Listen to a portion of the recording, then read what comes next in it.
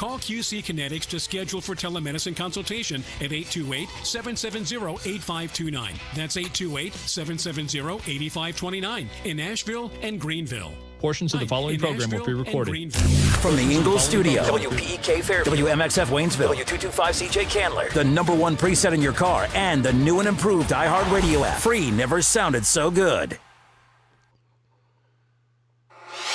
Now, your chance to win $1,000. Just enter this nationwide keyword on our website, Bills. That's Bills. Enter it now.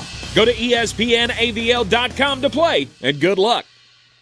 Live from the Ingles studio, I can't wait to play with myself every day. the Sportsocracy. Damn the devil to hell! Let the big dogs eat! Let them on the field! Come get you some of this. Fire them cannons! By golly, put more powder in those things. He couldn't take any more disappointment. Oh, my God. The Jets killed him.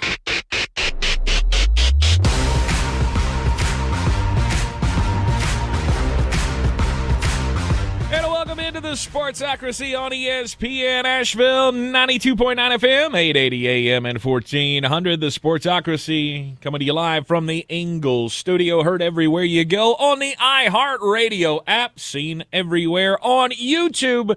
Just go to thesportsocracy.com, click the live video link, subscribe to the channel. Join us in the chats. It is an out-of-the-ordinary Wednesday. Flo, he's here. Hey, everybody, have you seen my face? I'm here on a Wednesday. I didn't know. As we and speak. I'm not really all that prepared. As we speak, right now in our state's capital, the one, the only, Chris Womack, sports director of News 13, is going to find out if he gets some kind of a major award from the North Carolina Association of Broadcasters. They're doing the annual awards luncheon today with the great Mick Mixon as the host of ceremonies, former voice of the North Carolina Tar Heels and the Carolina Panthers. Anyway, so best of luck to Chris and WLOS today. Hopefully they'll bring home some hardware. I know what that's like a little bit over my last couple of journeys up to the big city. And it's pretty cool. So I hope they have a good day. But anyway, today, I hope Chris Womack is as successful today as you have been in your travels, and I was in every time I ever submitted for an award. Three-time State Sports Writer of the Year. What it do, baby? Jeremy Green. What it do, baby? It is trade deadline time in the NFL. We got moves being made, and Jeremy, we start out the day with a little bit of breaking news. Who's gonna break the news? Who's gonna break the news? Who's gonna break the news? Who's gonna break the news? I wish more people than me had seen whatever, because that was an aggressive breaking news dance. That was yikes.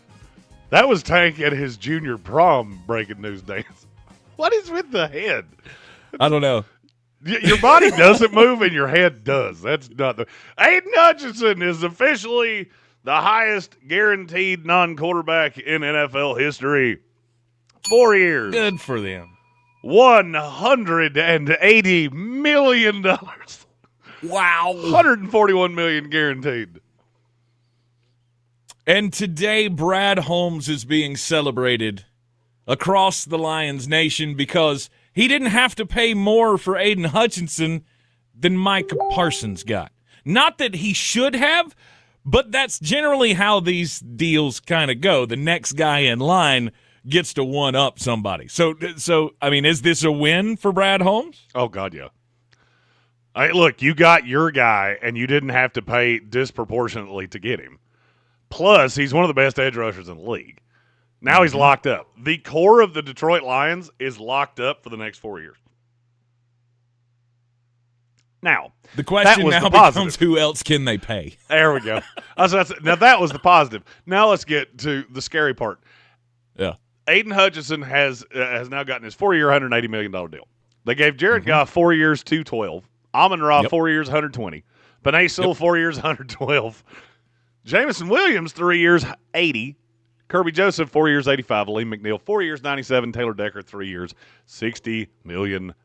Tank, do you know what all those dollars add up to over the course of the next 4 years? No. Tell me. $946 million. Ooh. The NFL salary cap right now is $279 million. Don't know how good you are at math. If you cut 946 by 4, what does that equal?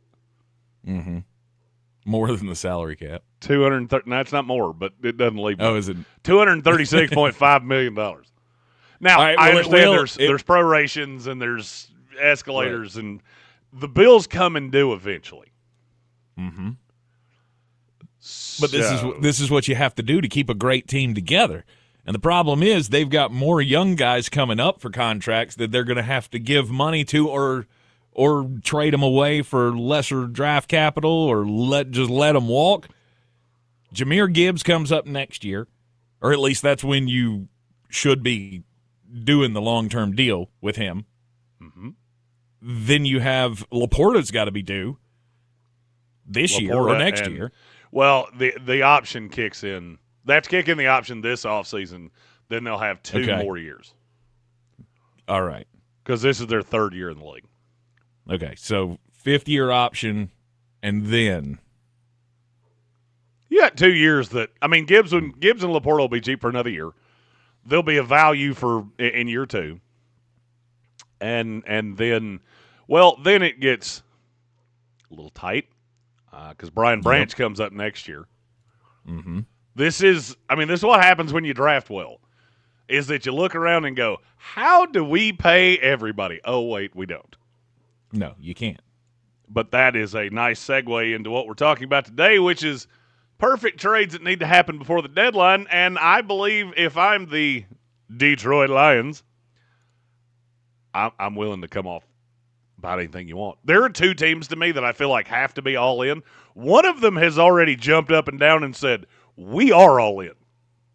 We're going to talk about them in the next segment. I feel like this deal with Aiden Hutchinson is their signal of we have to be all in because we have to win a Super Bowl. You cannot pay this much money and come up empty-handed. And I don't think I've ever seen the NFL more primed for a team to just go, you know what? Screw it. We're all in. All in. Mm-hmm. Go get Trey Hendrickson. Go get whoever else it is that you want. 1-year rental. I don't care about the draft capital. And does it sound strange for me to say I don't care about the draft capital? Yes. Now, we're also going to talk about the NFL draft. Some risers, some fallers. Just guys that I think you should know about. Talk about that later in the show. Here's the reason that I don't care how much the Detroit Lions give up. Look at who they've taken over the last handful of years. All right, I'm going back to, let's go back to the Penei Sewell draft. Okay. That was in 2021. We've had 5 drafts since then.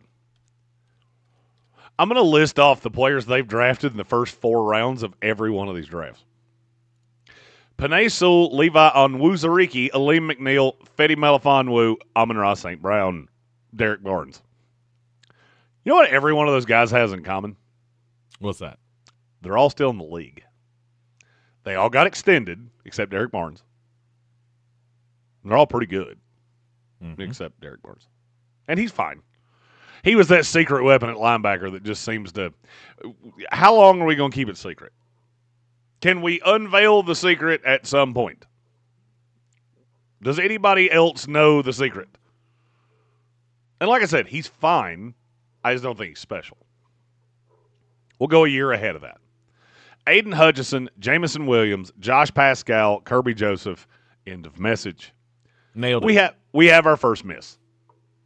Josh Pascal. That's 1 out of 10. Keep that percentage in mind. You're going to need it in a minute. 2022, Jahmyr Gibbs, Jack Campbell, Sam Laporta, Brian Branch, Hendon Hooker, Broderick Martin. I don't even blame you for Hendon Hooker because with quarterbacks you have to take shots. A guy that we were talking about going in the third round, you took him going in the first round, you took him at the beginning of the third. I'm fine with that. Broderick Martin, I'm good. 2024, not quite as good. Terrion Arnold, Enos Rakestraw, Giovanni Manu, Sione Vaki. All four of those guys are still on this team. Mm-hmm. And then this past year, Talik Williams, Tate Ratledge, Isaac Tesla. When you draft like this, I don't care what you give up. I don't care. When you're hitting top 4 round picks at an 80% clip, it doesn't matter what you give up. If you can get Trey Hendrickson for a 4, do it. But we got to pay him, and what if we don't re-sign him? Who cares? Who cares?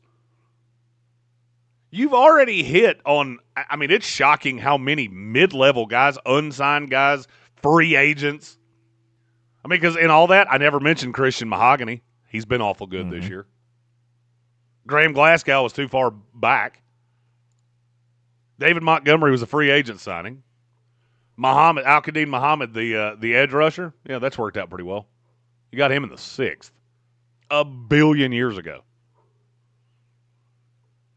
If I'm the Detroit Lions, this is a signal to me that there are only 2 possible ways this season ends: Super Bowl or bust. Mm-hmm.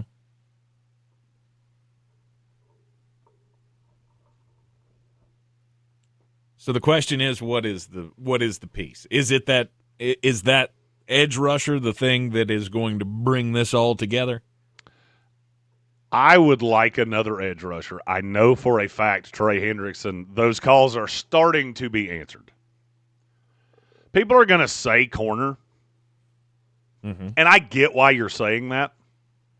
The only aversion I have to that, first of all, there aren't a lot of them out there.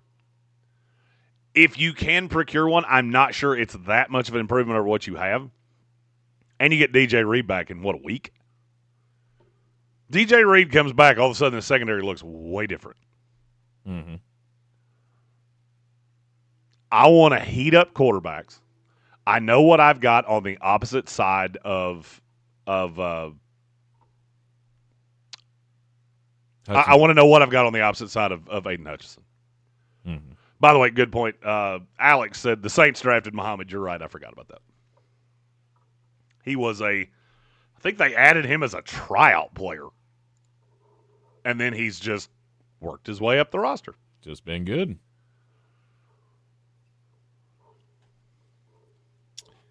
Aiden Hutchinson the Lions set the record, giving Aiden Hutchinson the largest guaranteed amount of money of a non-quarterback in NFL history. $141 million.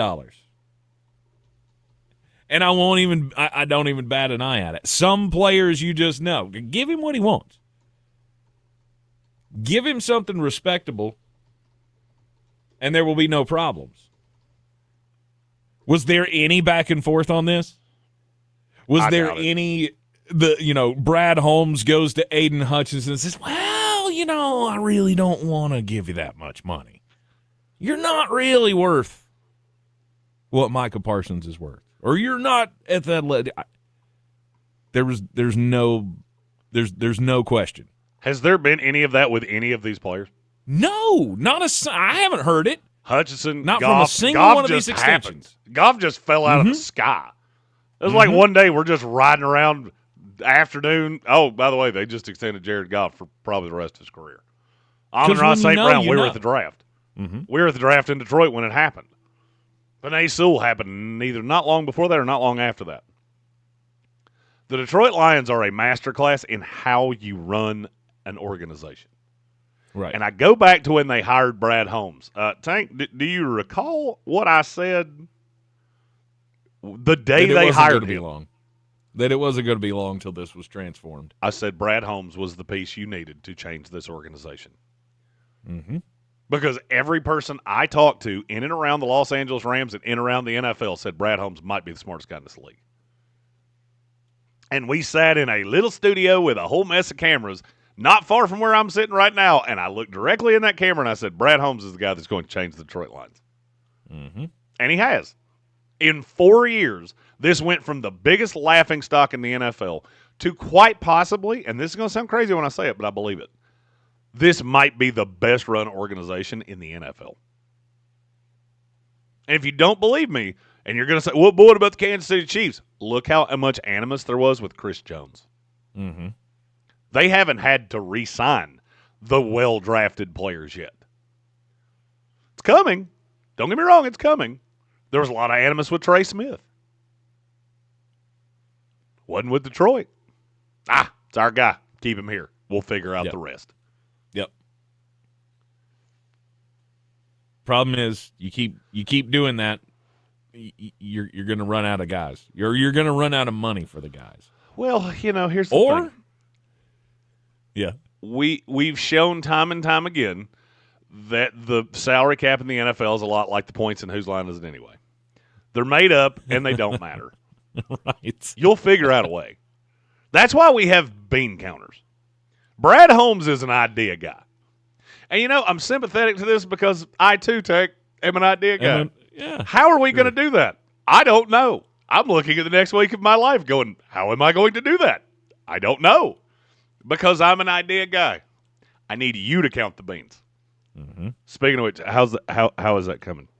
Have you got those beans counted? Because I really need you to. They're percolating. How am I supposed to be in two places at one time? I did that. That's the thing I did to me. Uh-huh. Still hadn't quite figured out how I'm going to do that yet. But I will find a way. Yes. You are in the Sportsocracy, and it is ESPN Asheville, 92.9 FM, 880 AM, 1400. The trade deadline coming up. Who needs to be traded? Who do we wish will be traded? We'll continue the discussions up next. You know what your customers are doing right this second? Andy Clear. Same thing you are, listening to me. Which, let's be honest, is kind of flattering. But my point is, ads on iHeartRadio actually get heard. In the car, at the gym, on the couch, while people are walking their dogs. Who's a good boy? Who's a good boy? You're a good boy. That's right. You're a good boy. So why not make the next ad about you? Get started today. Call 844-844-iHeart or go to iHeartAdvertising.com. That's 844-844-iHeart or iHeartAdvertising.com. ESPN Asheville and Asheville Smiles is giving a complete smile makeover to one winner with a value of up to $60,000. This personalized transformation could include advanced cosmetic and restorative treatments tailored to your needs, all delivered by a team known for exceptional care and results. You can nominate yourself or a loved one in need. All submissions, which include photos and your story, are due November 20th, 2025. Nominate the person in your life that deserves a smile makeover now. ESPNAVL.com. It's a smile makeover from Asheville Smiles and ESPN Asheville. I'm Richard Parks III. I'm Wes Avila. And we are on a quest to make the best baseball podcast of all time. Dodger Blue Dream. Freeman hits the ball to right field. She is gone!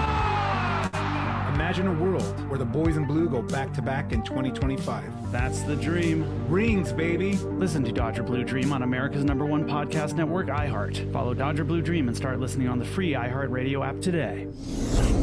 Get ready for a frightfully good time. It's Hatchoween at Bear's Smokehouse Barbecue in downtown Asheville. Join Bear's Smokehouse Barbecue and Hatchworks this Halloween for spooky drink specials, a killer costume contest, and live music all night long on October 31st. Dirty Bird takes the stage at 6 p.m., followed by DJEs at 8 to keep the party going. Don't miss the chills, thrills, and smoky grills. It's Hatchoween at Bear's Barbecue. Bear's Smokehouse Barbecue, where good times get scary good. Visit bearsbarbecue.com for details. At Ingles, we know your closest companions are the ones who are always there for you. The ones you trust to have your back, no matter what.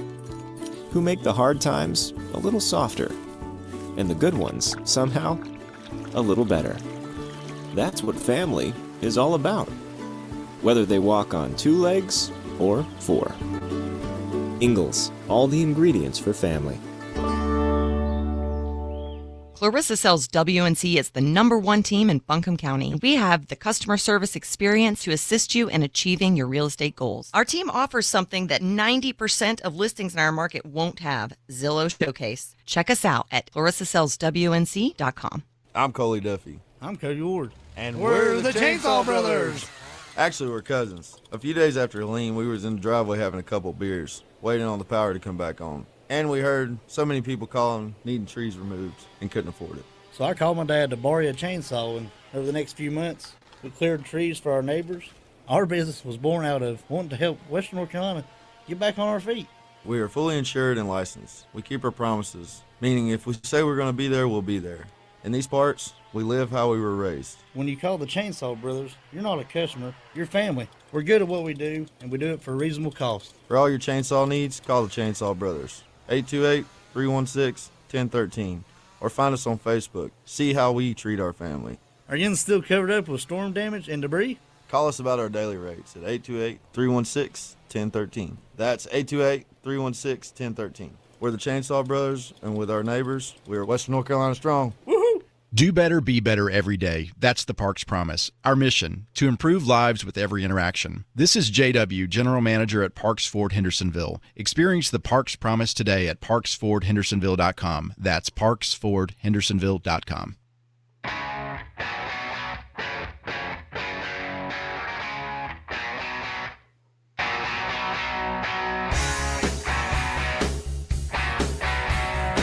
The Sportsocracy. That is some good, clean family fun there, eh, Cot?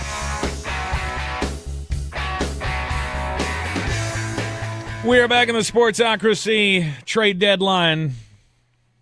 It's what is in the sights of the NFL world right now. Trade rumors abound. Will there be more trades than ever?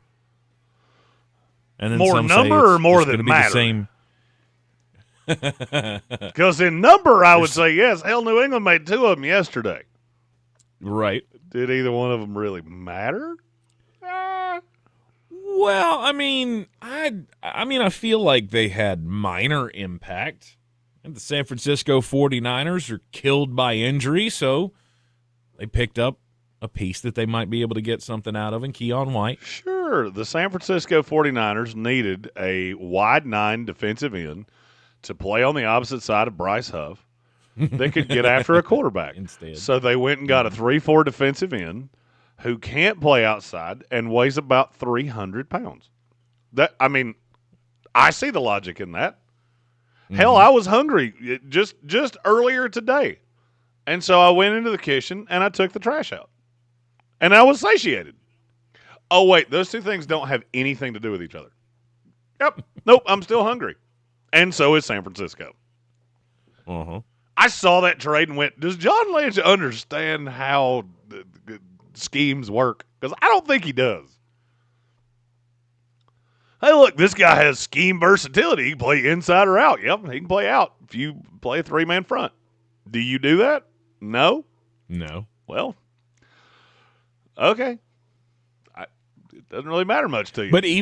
But even playing out a scheme, maybe they think he'll be better than Mykel Williams. It would be hard to be worse. I mean, to be in terms of rushing a passer, it would be hard to be worse than Mykel Williams has been. We have our first super chat of the day, and it is about the team that was making all these maneuvers. It's from Great North Sports. Said any smoke to the Kayvon Thibodeau to the Patriots rumors. I will say no on that one. Jordan Schultz came out with that one yesterday, and then Ian Rappaport was real quick to just boop him right on the nose. Good to see you two are still getting along. I will say this, though. If you saw the 2 moves that New England made yesterday, what was your first thought when you saw that? My first thought was, well, it must be contract years for those guys, and these aren't Vrabel guys. So it was, I'm sure these moves make sense. You know what my first thought was? What? That's 2 free spots on your 53-man roster, and I'm going to go out on a limb and say the Patriots don't have 2 guys on their practice squad that they're just itching to get up there. So they're going to replace them.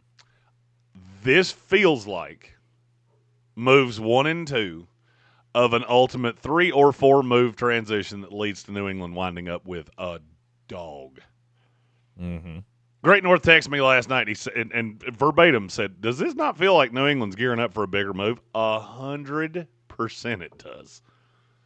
100%. The team with the most cap space in the NFL, which is New England, just cleared 2 spots on their 53-man roster that they were not using, and one of them played in the front 7.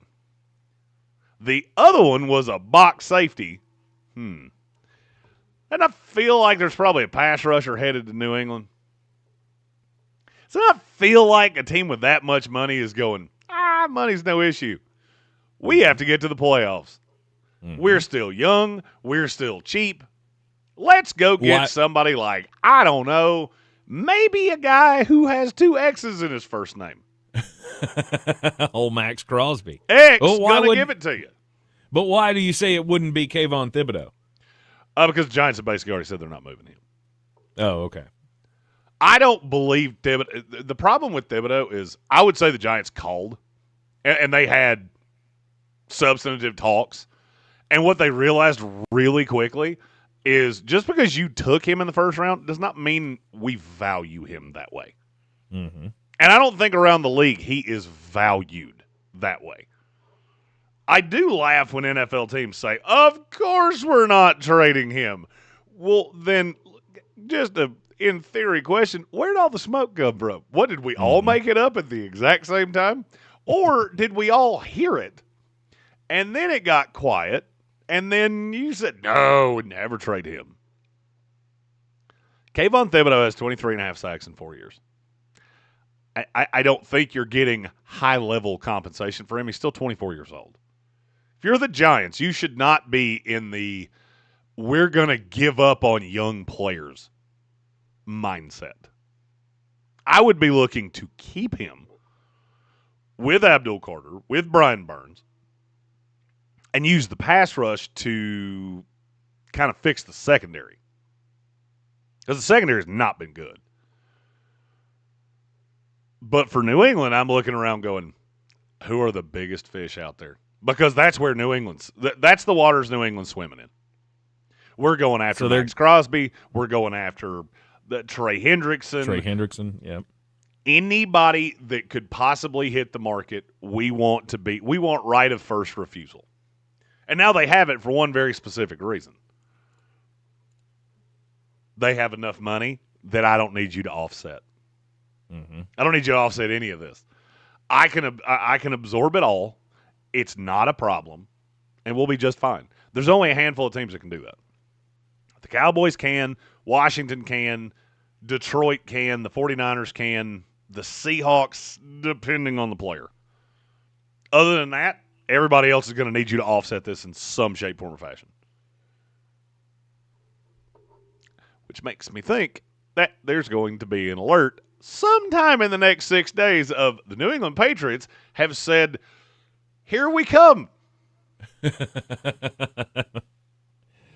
Watch for that. Watch for a wide receiver move.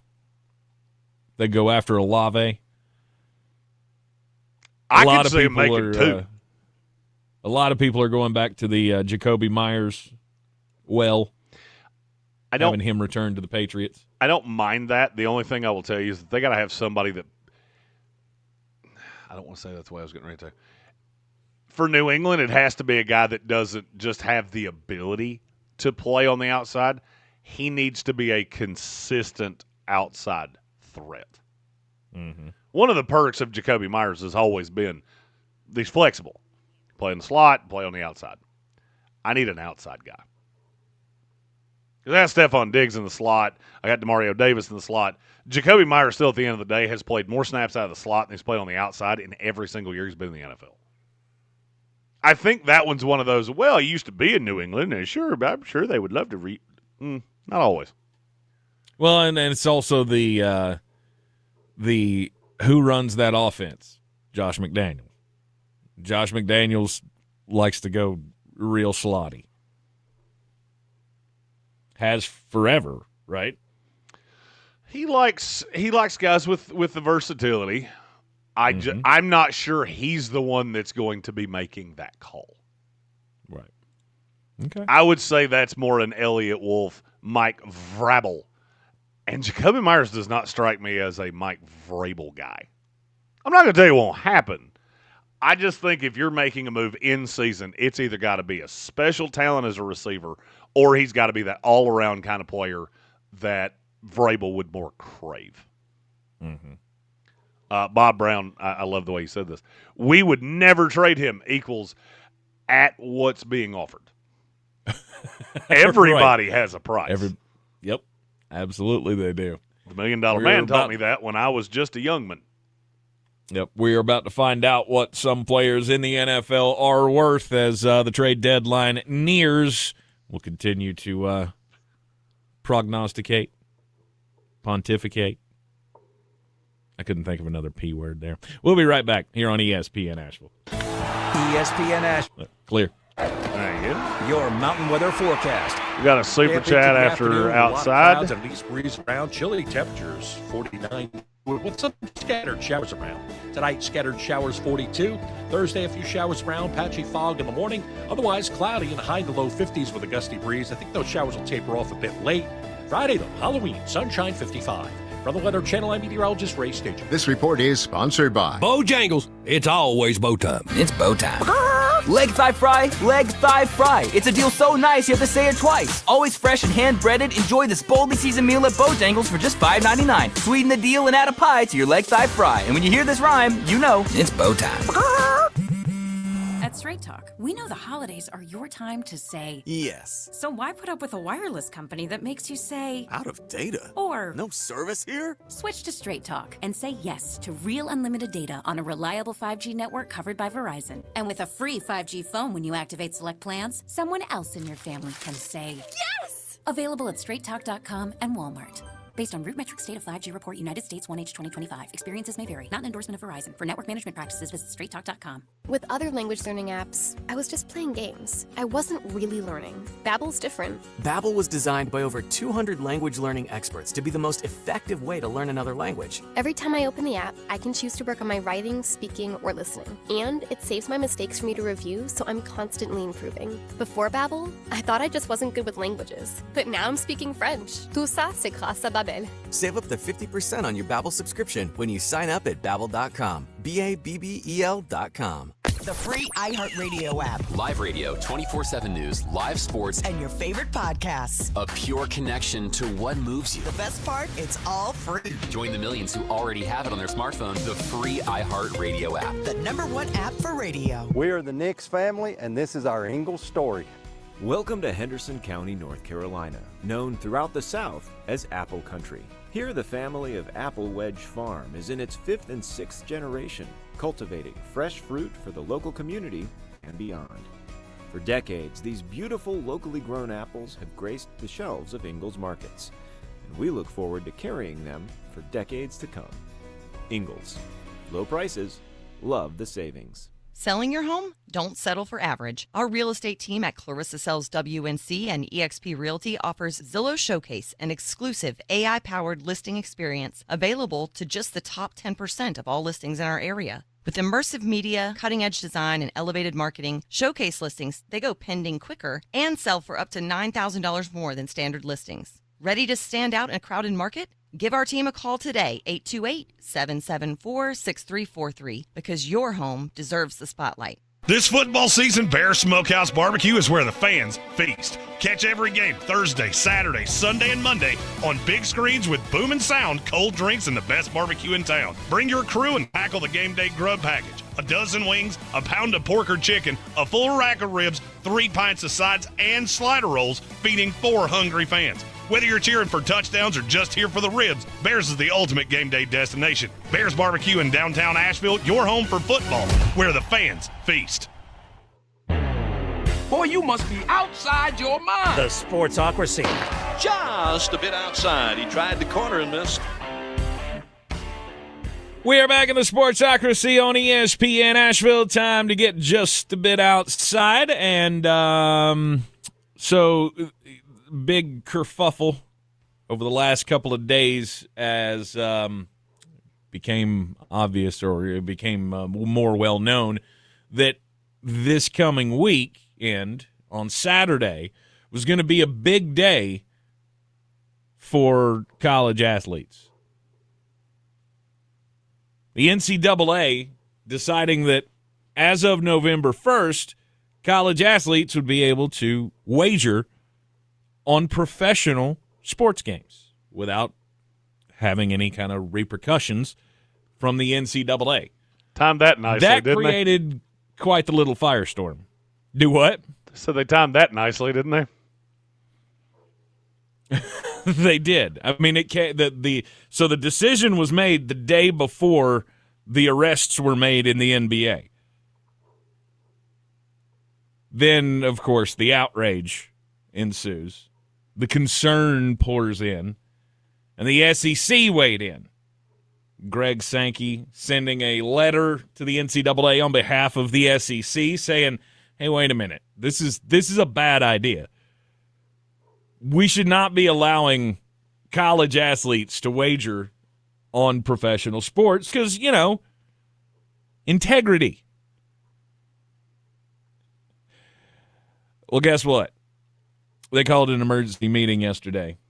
The Division I board has voted to delay the allowance of college sports athletes to wager on pro sports. It's now going to be November 22nd. We're just giving us a little more time to really think about how bad of an idea this is. Because why is this a bad idea? Part of me gets where the NC do what? Why is this a bad idea? This is one of those times that as somebody that's bet professionally for my entire adult life, I sit back and go, tell me you don't know how this works without telling me you don't know how this works. And I'm not talking about you. I read what Greg Sankey said. And every bit of it, every time I saw a period, I went, you are such a moron when it comes to this. You have less than zero clue how this works. Do you know why you make it legal? Why? So they'll do it legally. You know who's never gotten in debt up to their eyeballs betting professional sports? The guy that bets it through DraftKings. You know who does? The guy that gets told he can't do that and they monitor his phone, and then all of a sudden he's got some guy named Vinny Baltimore over here that's giving him credit and tokens for $25,000 just because he's got a pulse. Them doing it legally will never be a problem. Ever. How have we figured this? Who figured this out? Every time somebody has gotten Terry Rozier, Tim Donaghy, every betting scandal we've ever had came from who? Bettors. We will figure you out in nothing flat. We can monitor you if you bet through DraftKings, FanDuel, Caesars, whoever it is. This is one of those times like telling your kid you should never drink beer ever, and I'll be so disappointed in you, and I will excommunicate you out of the family. That's the kid that's out drinking moonshine in the woods at 2 o'clock in the afternoon. And you know I'm right. Every kid you grew up with whose parents were like, alcohol is the devil, blah, blah, blah, blah. That was the kid that was out smoking crack in the woods. I read this and the more I read it, the angrier I got of how stupid can you be to say this out loud? That allowing youngsters, because they are. I mean, you'll let them make $1 million and you won't let them make a wager. Do you see how stupid that sounds when I said it out loud? You can't make a wager on something you have absolutely nothing to do with. They can't gamble on college sports. Right. So what does it matter? And you won't be able to wager on it when you get in the league either. Okay. That's because and you do have, have a lot of something to do with friends that are and you do have a lot of friends that are on NFL rosters, and I mean, to me it just opens the door for shenanigans. Hey, Tank, do they tell me I can't bet? No. I have more friends in the league than any college player you've ever met. And if you think I don't know things, I have a bridge to sell you. You don't stop me. You don't stop any media member. But, this guy played at Alabama 8 years ago. Who knows? He might be telling Ryan Williams that he's got a hemorrhoid that's getting ready to explode. I'm going to go out on a limb and say that's not how that works. Okay. Yeah, you know stuff. A lot of us know stuff. If you think betting's on the up and up, you're very, very gullible. Because there are a lot of guys like me. I know things you have absolutely no way of knowing. Absolutely less than none. Mm-hmm.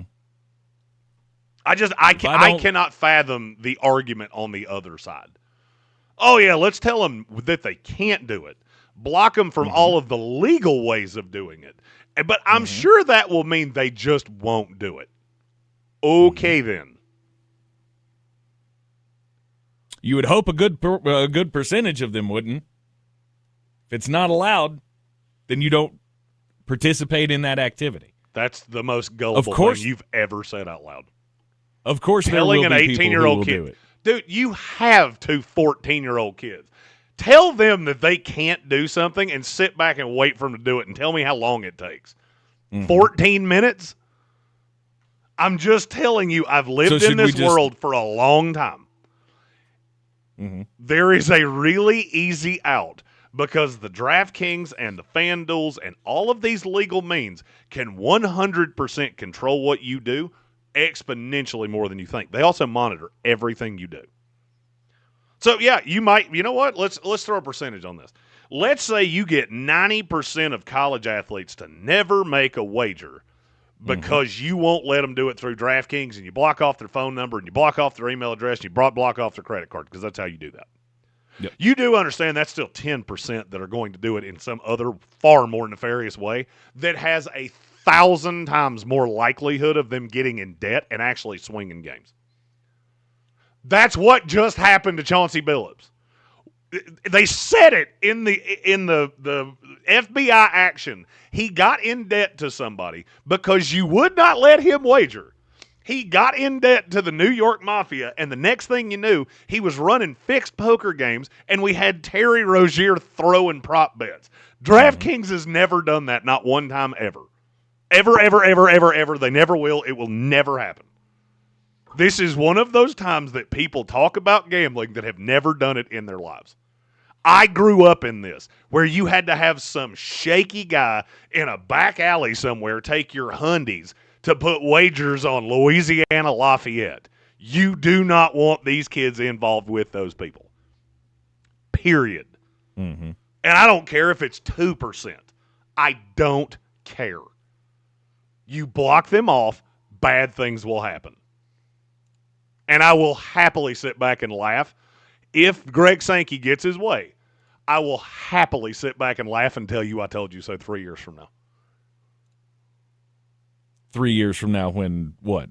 3 years from now when some kid at, let me pick the most random school I can think of. Kennesaw State, because it's right outside of Atlanta. When some kid at Kennesaw State meets a sketchy character in a bar in Atlanta and he says, hey, you want to make a wager? And the next thing you know, this kid's in debt up to his eyeballs. And weird, we have a point shaving scandal. Because that's how it happens. It's how it's happened every single time. Go back to Arizona State in 1994. Go back to Cal in the mid-'90s, all the way up to now with Chauncey Billups and Terry Rozier. The reason it happened, and I'm going to elaborate on this because I know this is something that a lot of people don't necessarily have a firsthand knowledge of. What is the big difference between betting legally and illegally? It's not the legality of it before you... There's one thing that an illegal book will allow you to do that a legal one won't. What's that? Credit. DraftKings, you bet how much money you have. Yeah, you can put that on a charge card, can't you? You can put it on a credit card. That's dealing with your credit card company, not with some guy that's going to break your elbows. You know what a marker is? Markers are the term that shiesty people like, I don't know, the New York Mafia will give you hey, I'll give you a $25,000 marker you can only use it $25,000 at a time. You can't split it up into five $5,000 wagers. It's $25,000 at a crack. And we'll do it on credit. You don't have to give me 1 cent. You win, I'll give you 3 more. What's the problem with that? You're going to lose eventually. And 18, 19, 20-year-old kids are stupid enough to do it. You know how I know that? Because I was an 18, 19, 20-year-old kid that was stupid enough to do it. And I got lucky. Thankfully, I was pretty good at this. A lot of these other kids won't be. Mm-hmm. Yeah, it's a bad idea. I feel like it's a bad idea.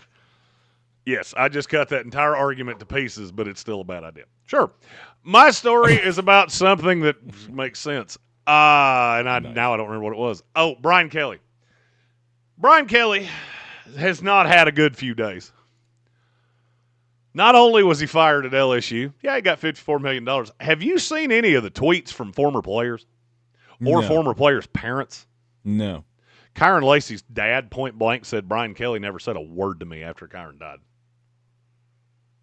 Another player said he was, and I can't remember his name, he had a weird last name, was told that Brian Kelly basically pushed him out of the program. He got hurt, and move on. Mm-hmm. And I never heard another word from him. Mm-hmm. Now we have a new little fact about Brian Kelly that it's not going to sound that bad when I say it, but it's really, really bad. Over the offseason, Brian Kelly went to a PR firm in Washington, D.C. to try to change his image in the South.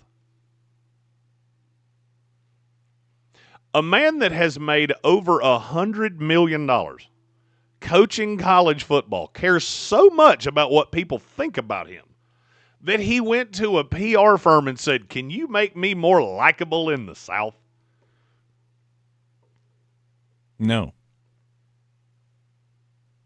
No, where can't. Where does Brian Kelly go next?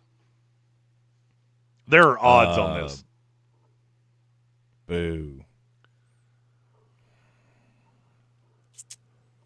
I would say it's somewhere up north. That's where I was headed with this. The current betting favorite is Arkansas. UCLA is 2. Penn State's in the top 5. Mm-hmm. I cannot he would be such a fallback for Penn State.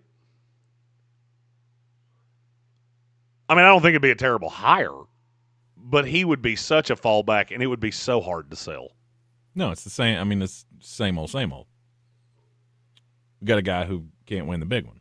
Arkansas made so much sense until I read this. You're this worried about what people think about you, you're not coaching in the SEC. Well, I mean, you have to be if you want to. If you want to coach in the SEC, you want to stay in the South because that's where the jobs are, right? I guess. Or, there's going to be an opening at Ole Miss. There could be an opening at Auburn. I'm not so sure there's going to be an opening at Ole Miss. Well, many believe that there will be an opening at Ole Miss. Lane Kiffin takes another job. There's the Florida job. And he was hated. I mean, from the get-go, from the My Family thing at the basketball game. That's why you have to do this, because he immediately came in and tried to just, I hate to use this term, but it was a clear case of cultural appropriation when he came to Baton Rouge and tried to act like he was one of them. You can't do that and earn respect. Nope. And it's been an uphill battle ever since for people to take him seriously. And now you have two choices. If you're a big-time college football coach, you have two choices.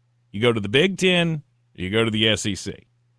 Or the ACC, I guess. I mean, if Brian Kelly's looking for the fallback, maybe he's trying to see if, how Southern do I have to be to take the Duke job? I don't know. It's funny you said that about the ACC, because one of the jobs that I kept coming back to is, what about Virginia Tech? Mm-hmm. Virginia, to me, is absolutely, positively perfect for Brian Kelly. There is no state in the world that has tried to be Southern for longer than Virginia and failed miserably. Just half of it. Virginia is less Southern than Manhattan across 60% of that state. Trust me, I had to drive through it a lot. There were a lot of times I stopped at gas stations and went, am I still below the Mason-Dixon line? Because I don't think I am. Well, I mean, you get to the fat part of Virginia, and, You mean that part that gets closer to the beach or to West Virginia? Yeah. Yeah. You get the meaty clackers of Virginia, you'll look around and go, when the hell did I end up in New Jersey? Mm-hmm.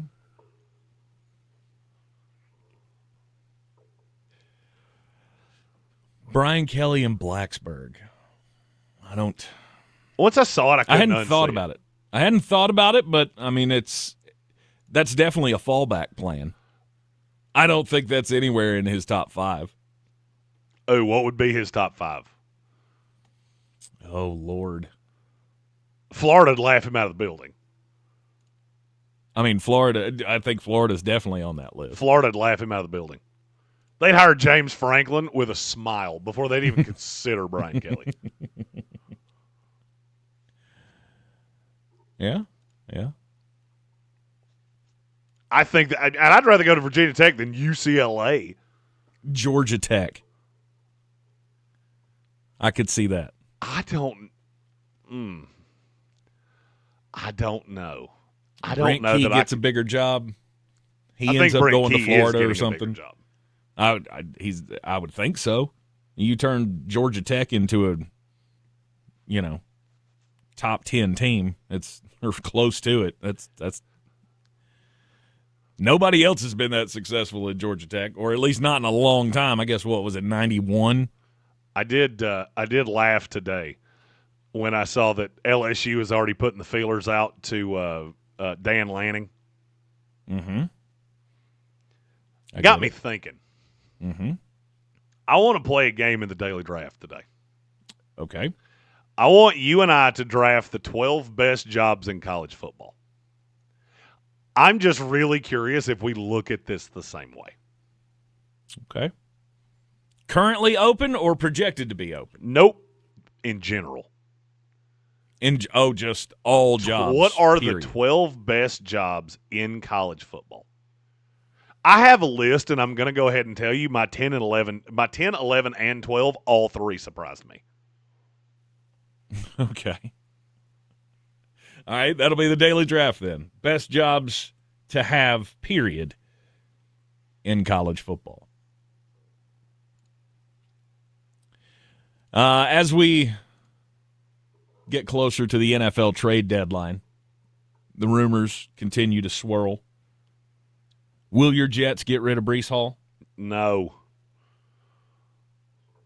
because it doesn't make any sense. You can't score points with him. And I just keep laughing every time. Well, they have Braylon Allen and Isaiah Davis. They do. Okay. Well, I mean, if my wife left me, I do have a blow-up doll that's part of my Halloween costume tomorrow. I'm not going to say those two things are equal. But, I mean, if you want to try to rebuild this team, I mean, you need draft capital to do so. Breece Hall could be a piece that gets you something good. Tank, this was a nice segue into we have a super chat from Colin. All right. Because it's all about the money. All about the money. So, Jeremy, if you have a perfect trade for the Chiefs, what would you do as the GM right now? If not, what do you think we will do? Need a pass rusher and a defensive tackle. You're so invested in pass rusher that it's hard for me to think that the same GM is going to go spend more capital. If I had a perfect trade for the Chiefs, I'll give the New York Jets whatever they want for Breece Hall. I don't care. Yep. Because I'm going to extend him.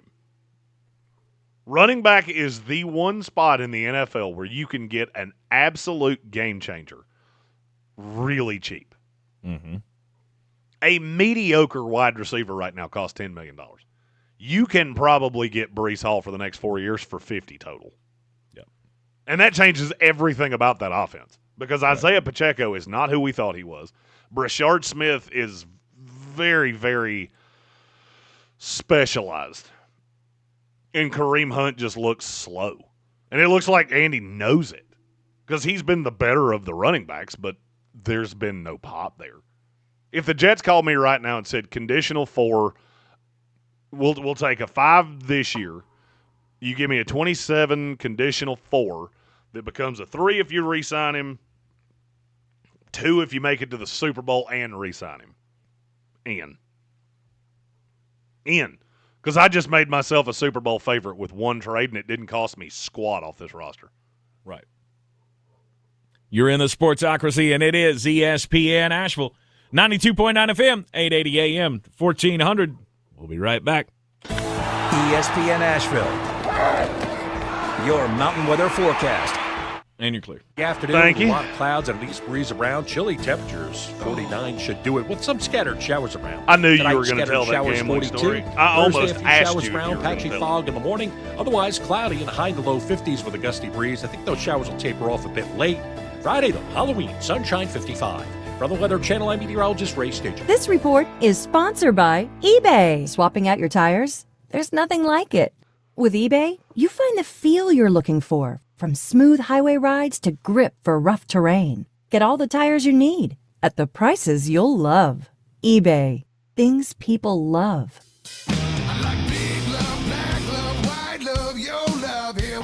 Saturday, November 8th, the Orange Peel presents Blackstone Cherry.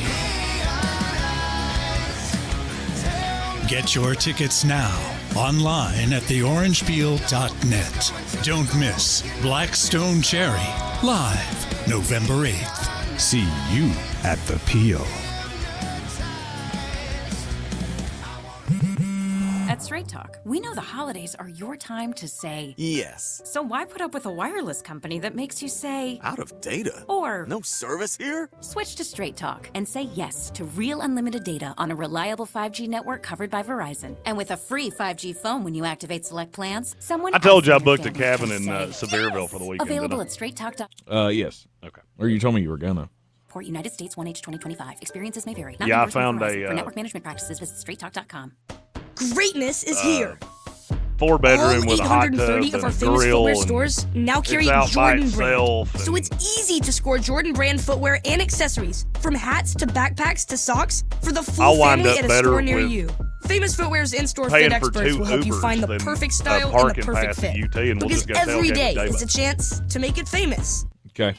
Jordan brand footwear Were you and with us accessories last at year your when we local did the famous tailgate footwear with him? No. Howard That dude Hanna does Beverly tailgate Hanks Real Estate is not like other real. Nice. They're He has built a differently. custom As the number Tennessee one bar. family-owned real estate company in the That's cool. expertise Like it and folds personalized service delivers So it's results. a big- Let them show you how at like a Howard big Hanna Beverly rectangular Hanks. column. Mountain Graphics and It's got Showtime Tennessee Sports tees have all teamed over up it, under a new and then he local rolls owner it to out, serve and our it's- community with the it's kinda like finest my custom desk, apparel and unique but it's branded got items at the best seats price. and Mountain Graphics and Showtime like that, Sports so you can can sit around it customize and whatever drink. you, your Right. It's got a big local RV group and may need, TVs. with high quality screen printing, Yeah, embroidery, let's and do that. laser engraving. that. Visit mtngraphicsavl.com or showtimesportsavl.com. That's mtngraphicsavl.com or showtimesportsavl.com for your local one-stop custom apparel shops. This is J.W. Whitley, General Manager at Parks Ford of Hendersonville. Our value of commitment. Committed to you as our customers and the community that we serve. To do better, be better every day. That's the Parks Promise. Experience the Parks Promise today at parksfordhendersonville.com. At Ingles, whether we're celebrating Friday night rivals, televising college basketball games, bringing the Fan Fest to semi-pro soccer, or taking you out to the ball game at your minor league park, it's all in the bag. Ingles, low prices, love the savings. This is Carolina football. Hands off to Goss. Goss left side of the 10. Goss at the 5. Sprints to the front left corner of the end zone for 6. Friday, the Heels hit the road to face off against Syracuse at the Loud House. Pre-game coverage starts at 6:30, kickoff at 7:30 on your home for Carolina football. This week's coverage from Jones Angel, Dave Nathan, and the rest of the crew will be heard on Rock 105.1. This is where it starts, where your story begins. This is the trail you blaze yourself. And step by step, you get stronger, faster, better. This is where it starts. How will you finish? Ingles, we're with you every step of the way. Sure, you know Appalachian Motor Coach is the official shuttle sponsor of the Living the Dream Tailgate Tour. But did you know that they can get you anywhere in style? Weddings, bachelor or bachelorette parties, corporate gatherings, family reunions, Appalachian Motor Coach makes the ride part of the fun. Luxury seating, climate control, and none of the stress of parking or driving. Appalachian Motor Coach gets you there relaxed, on time, and ready for the party. For more information, visit them at AppalachianMotorCoach.com. Appalachian Motor Coach, the best memories start on the ride. From the Ingles studio, WPEK Fairview, WMXF Waynesville, W225CJ Candler, the #1 preset in your car, and the new and improved iHeartRadio app. Free never sounded so good. Now, your chance to win $1,000. Just enter this nationwide keyword on our website, money. That's money. Enter it now. Go to ESPNAVL.com to play, and good luck. The Sportsocracy. It fires me up, man. I love it. Say it one more time. The Sportsocracy. Shake it back! Beer City's best sports talk. It is gross. Just earlier. They are mature, actually. You just have to get to know them better. Your lunchtime dose of dumbassery. Live from the Ingles studio.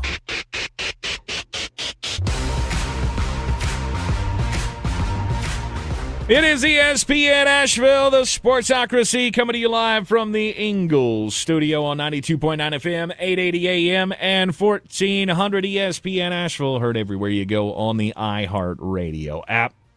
Sportsocracy is seen everywhere on YouTube as well. Join us live. Join us in the chat as well.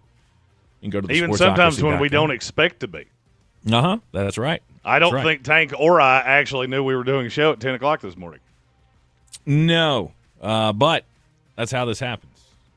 We make the magic happen. We give the people what they want, and that is more NFL content. NFL trade deadline rolling around. We had the New England Patriots making a couple of moves yesterday, announced just before the program today. The Detroit Lions making the big commitment to Aiden Hutchinson. He gets the most guaranteed money of a non-quarterback in NFL history. 4-year, what was it, $180 million? Yes. The guaranteed money was $141 million. He's making per year 45, just under the 46.25 that the Green Bay Packers are paying Micah Parsons. What other moves are coming, though? Because the Chiefs trading for Breece Hall makes a whole lot of sense. It does. I don't think it's going to happen. I don't see any way the Jets look at this and go, we're better off trading Breece. I could be wrong. I've been wrong before. I saw a report this morning that said it's less likely now than it's been at any point this season. Right. I don't think you understand how bad that offense will be without him. Absolutely. It will be terrible.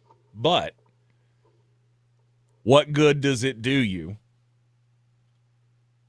to have just a good running back? You've made this argument before. If your best player is a running back, then you really don't, it's great that you have it, but still a running back.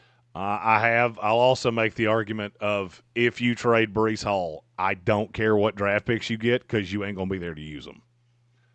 Because I think there's a possibility they clean house regardless. And you take Breece Hall out, that will be the worst offense in NFL history. I've watched every snap of this team for I could not tell you how many years. Mm-hmm. When he's not on the field, it is comical how bad they are. I still maintain that's an 0-17 football team that accidentally found a team that was as poorly run as they are. You trade Breece Hall, that will be the worst offense we've ever seen. Because now you don't even have to honor the running game. Mm-hmm. Now you can just bowl them over. Also, and I don't feel like this needed to be said, but Adam Schefter said it anyway. The Cleveland Browns are not trading Myles Garrett. No kidding.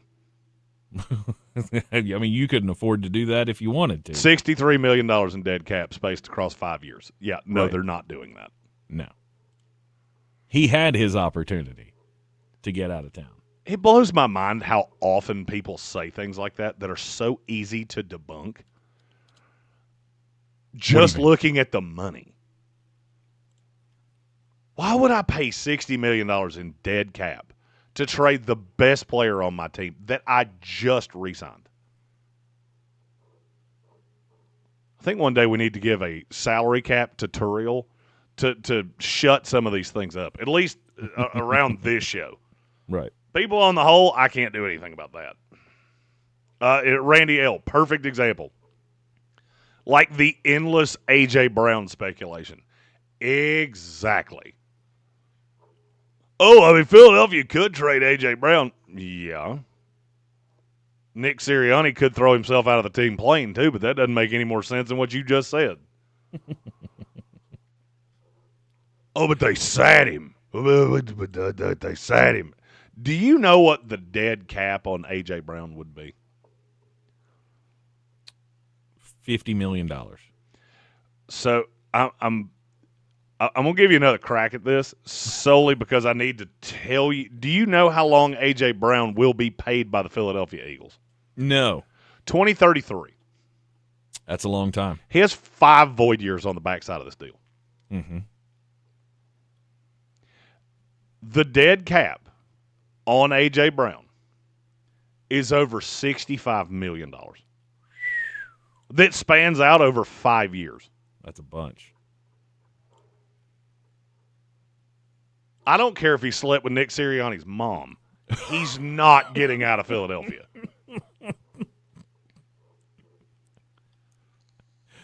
Okay.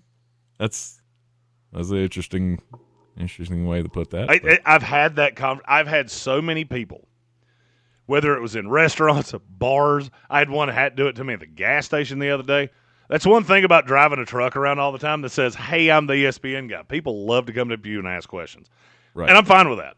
I have absolutely no problem with that. I bet A.J. Brown's been 30% of the questions I've been asked for a solid month. And every time I just kind of laugh and go, no. Mm-hmm. No. One name that we haven't talked about that I've seen talked about quite a bit is Mark Andrews. I hadn't even thought about Mark Andrews as a trade deadline move piece, but he's not having a great year, and he is in a contract year. Does that make sense? Would they move on from Mark Andrews? Would Lamar have that? Yes. Okay. Because they're not re-signing him either way. I mean, this is his final year because they have a replacement for him that's already on the roster.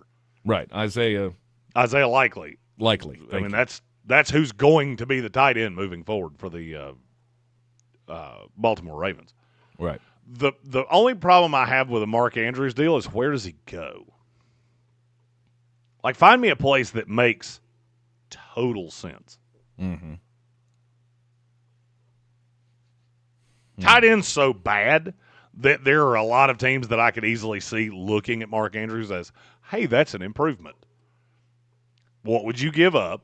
And is that what a team is really locked on to right now? Because we've had kind of a transition at tight end to where you're seeing teams use 2-3 tight ends a lot. You really want the guy to at least be able to passably block. Mm-hmm. And Mark Andrews has never been able to do that. So, I mean, where does he go? What about, like, Seattle? Seattle just drafted Elijah Arroyo. They have A.J. Barner, who's, oddly enough, been pseudo-decent. Mm-hmm. So, but that's the problem. I keep looking at all these teams going, we've had a handful of good tight end classes in the last few years. And why would I give up anything for a aging tight end that doesn't block well? The one that I kept thinking about was Jacksonville, Because the idea of him in 12 personnel with Brenton Strange is somewhat intriguing. But they like Hunter Long, who's just a younger version of Mark Andrews. He's a younger-wish version of Mark Andrews, but still. Okay. Him finding a spot to land would make a ton of sense. Mm-hmm. Except I can't find a place that he lands. Right. Washington made sense because they love an old tight end.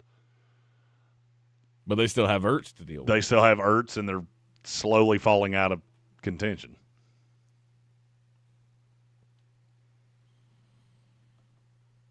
But the Chargers would have made sense with Greg Roman until Rondé Gadsden went, no, dog, that's going to be me. Right, I got that's my this. job. I got this. Mm-hmm. We have a super chat. So fresh, we ball, no stress, 'cause we making that money. It's from Randy L., who asked, where does Marcus Jones, who just got extended yesterday, rank as a Patriots defender, a slot corner, and as a punt returner? He's one of the best punt returners in the league. I like the fact that New England's now got Gonzo, Carlton Davis, and Marcus Jones locked up for the foreseeable. I think he's a top, I'll say 5 slot corner in the league. Do you have a problem with that? I do not. I think that's where he belongs. He's weird in that he plays in a big market, and yet nobody ever talks about him.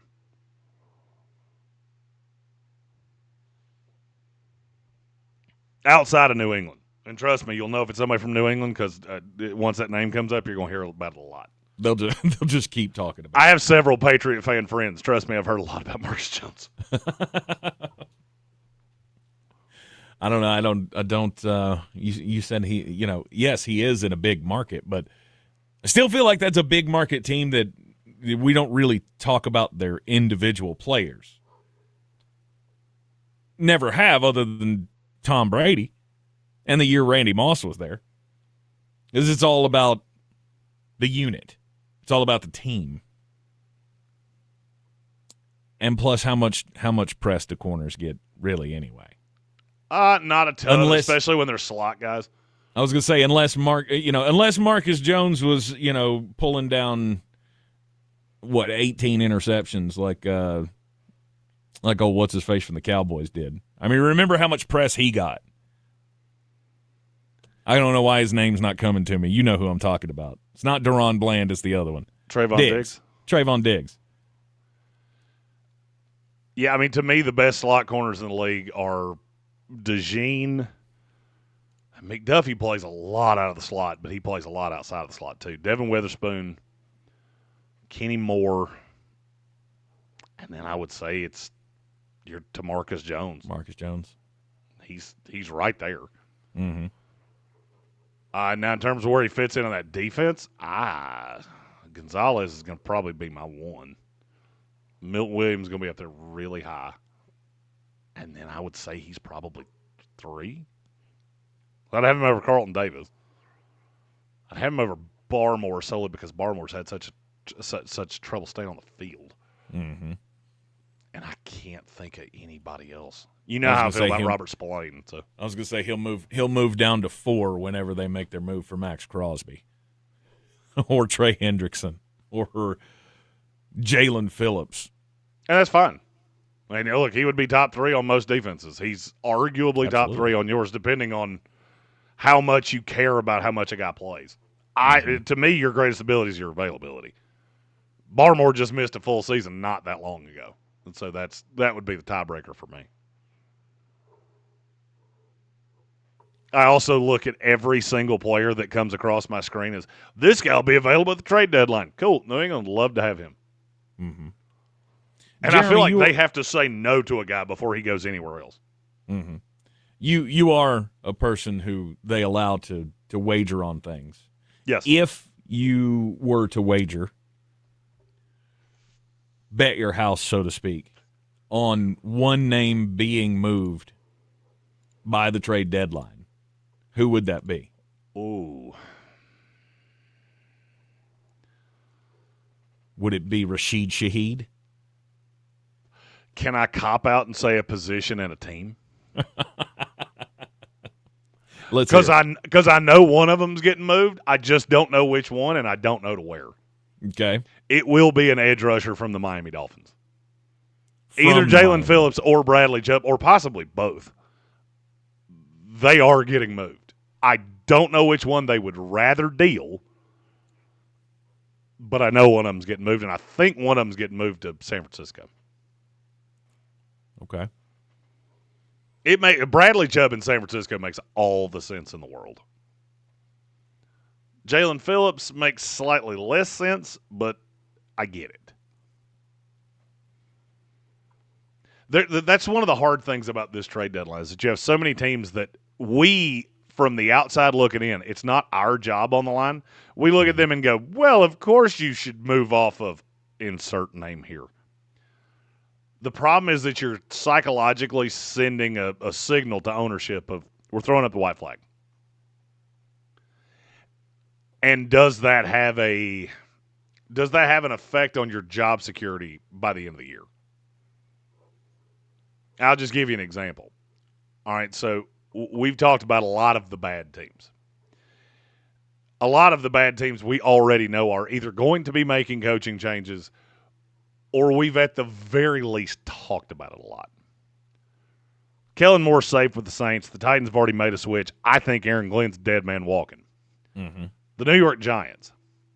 If the Giants throw up the for sale sign and move off of Kayvon Thibodeau, I can almost guarantee you Brian Daboll gets fired. But there is a possibility that he is good enough with the offense in the last 8 weeks, especially after losing Cam Scatterbo, to say that Scatterbo and Dart is the future of this team. I've got it trending in the right direction, and he can keep his job. Now, how good can he be without Scatterbo is the question. Scatterbo helped. This is a much bigger topic on Cam Scatterbo. He was fine. He wasn't really as good as anybody's making him out to be. Was he changing the? No, he was fun for you to watch because he eats crayons and runs into people at full speed. I mean, it's not like you lost Saquon Barkley. Oh, of all names for me to have used right there. He was fine. I mean, Tyrone Tracy is not as good. Do I think it changes a ton about the offense? Not really.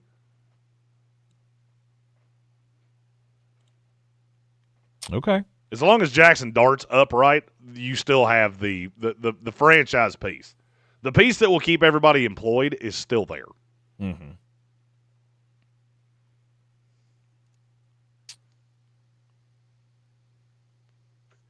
I just don't know if he's capable. If Jackson Dart is enough to lift an ailing team. Because now you're down to Robinson and Slayton, Tyrone Tracy, and you don't really have a tight end to speak of. You've been that way for all 5 games that Jackson Dart's played, except the first half against the Chargers. And he's been good. But has he been good enough to save a job?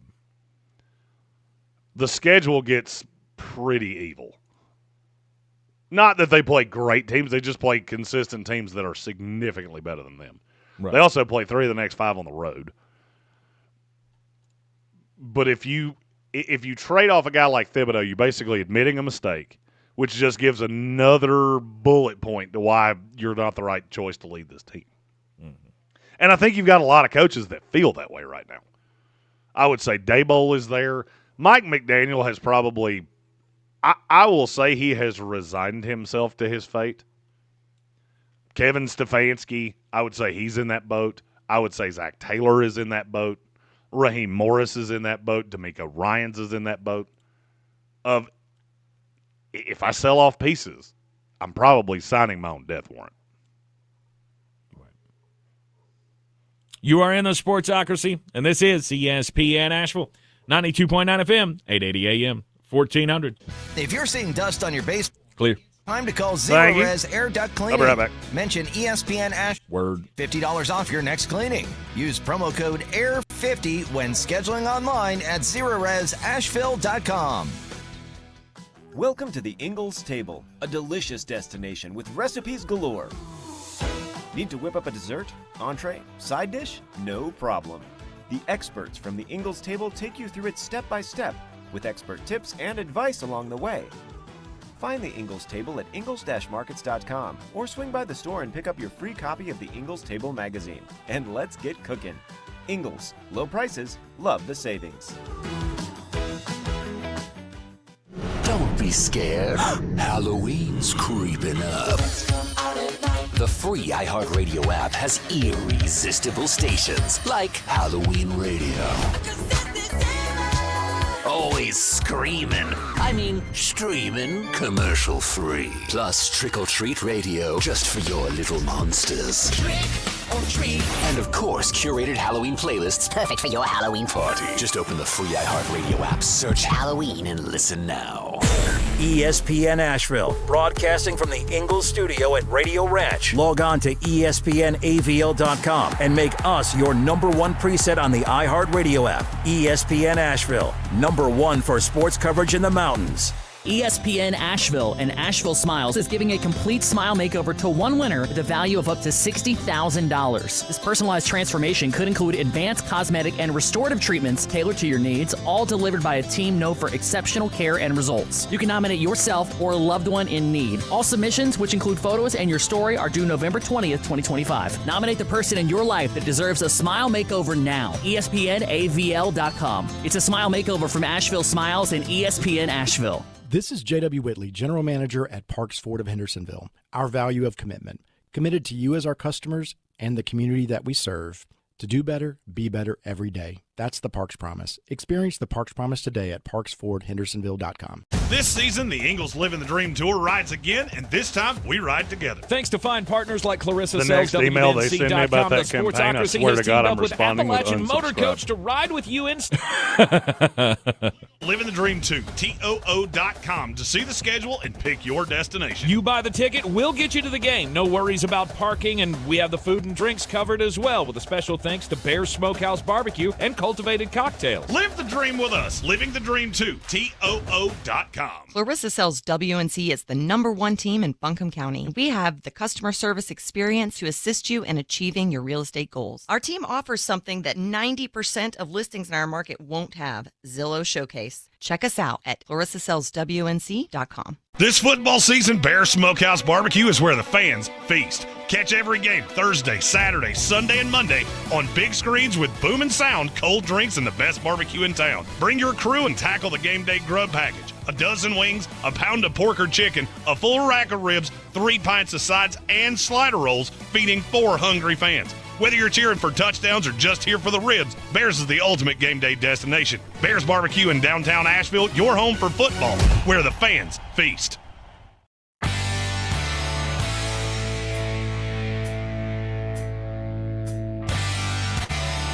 The Sportsocracy. Who we got cheer for on Sundays now?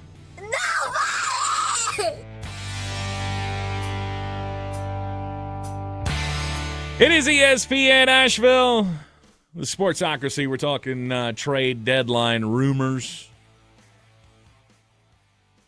Who's the franchise that has their fans that will react like that after the trade deadline? Will it be the Cincinnati Bengals? Will it be the Raiders fans? New York Jets when we trade Breece Hall. Especially after you've built yourselves up to believe that it's not going to happen. I don't know if we have so much as I have. Mainly because the Jets somehow 30 years later still make me go, I mean, nobody can be that stupid, right? But lo and behold, they'll figure out a way. They'll figure out a way to live up to that.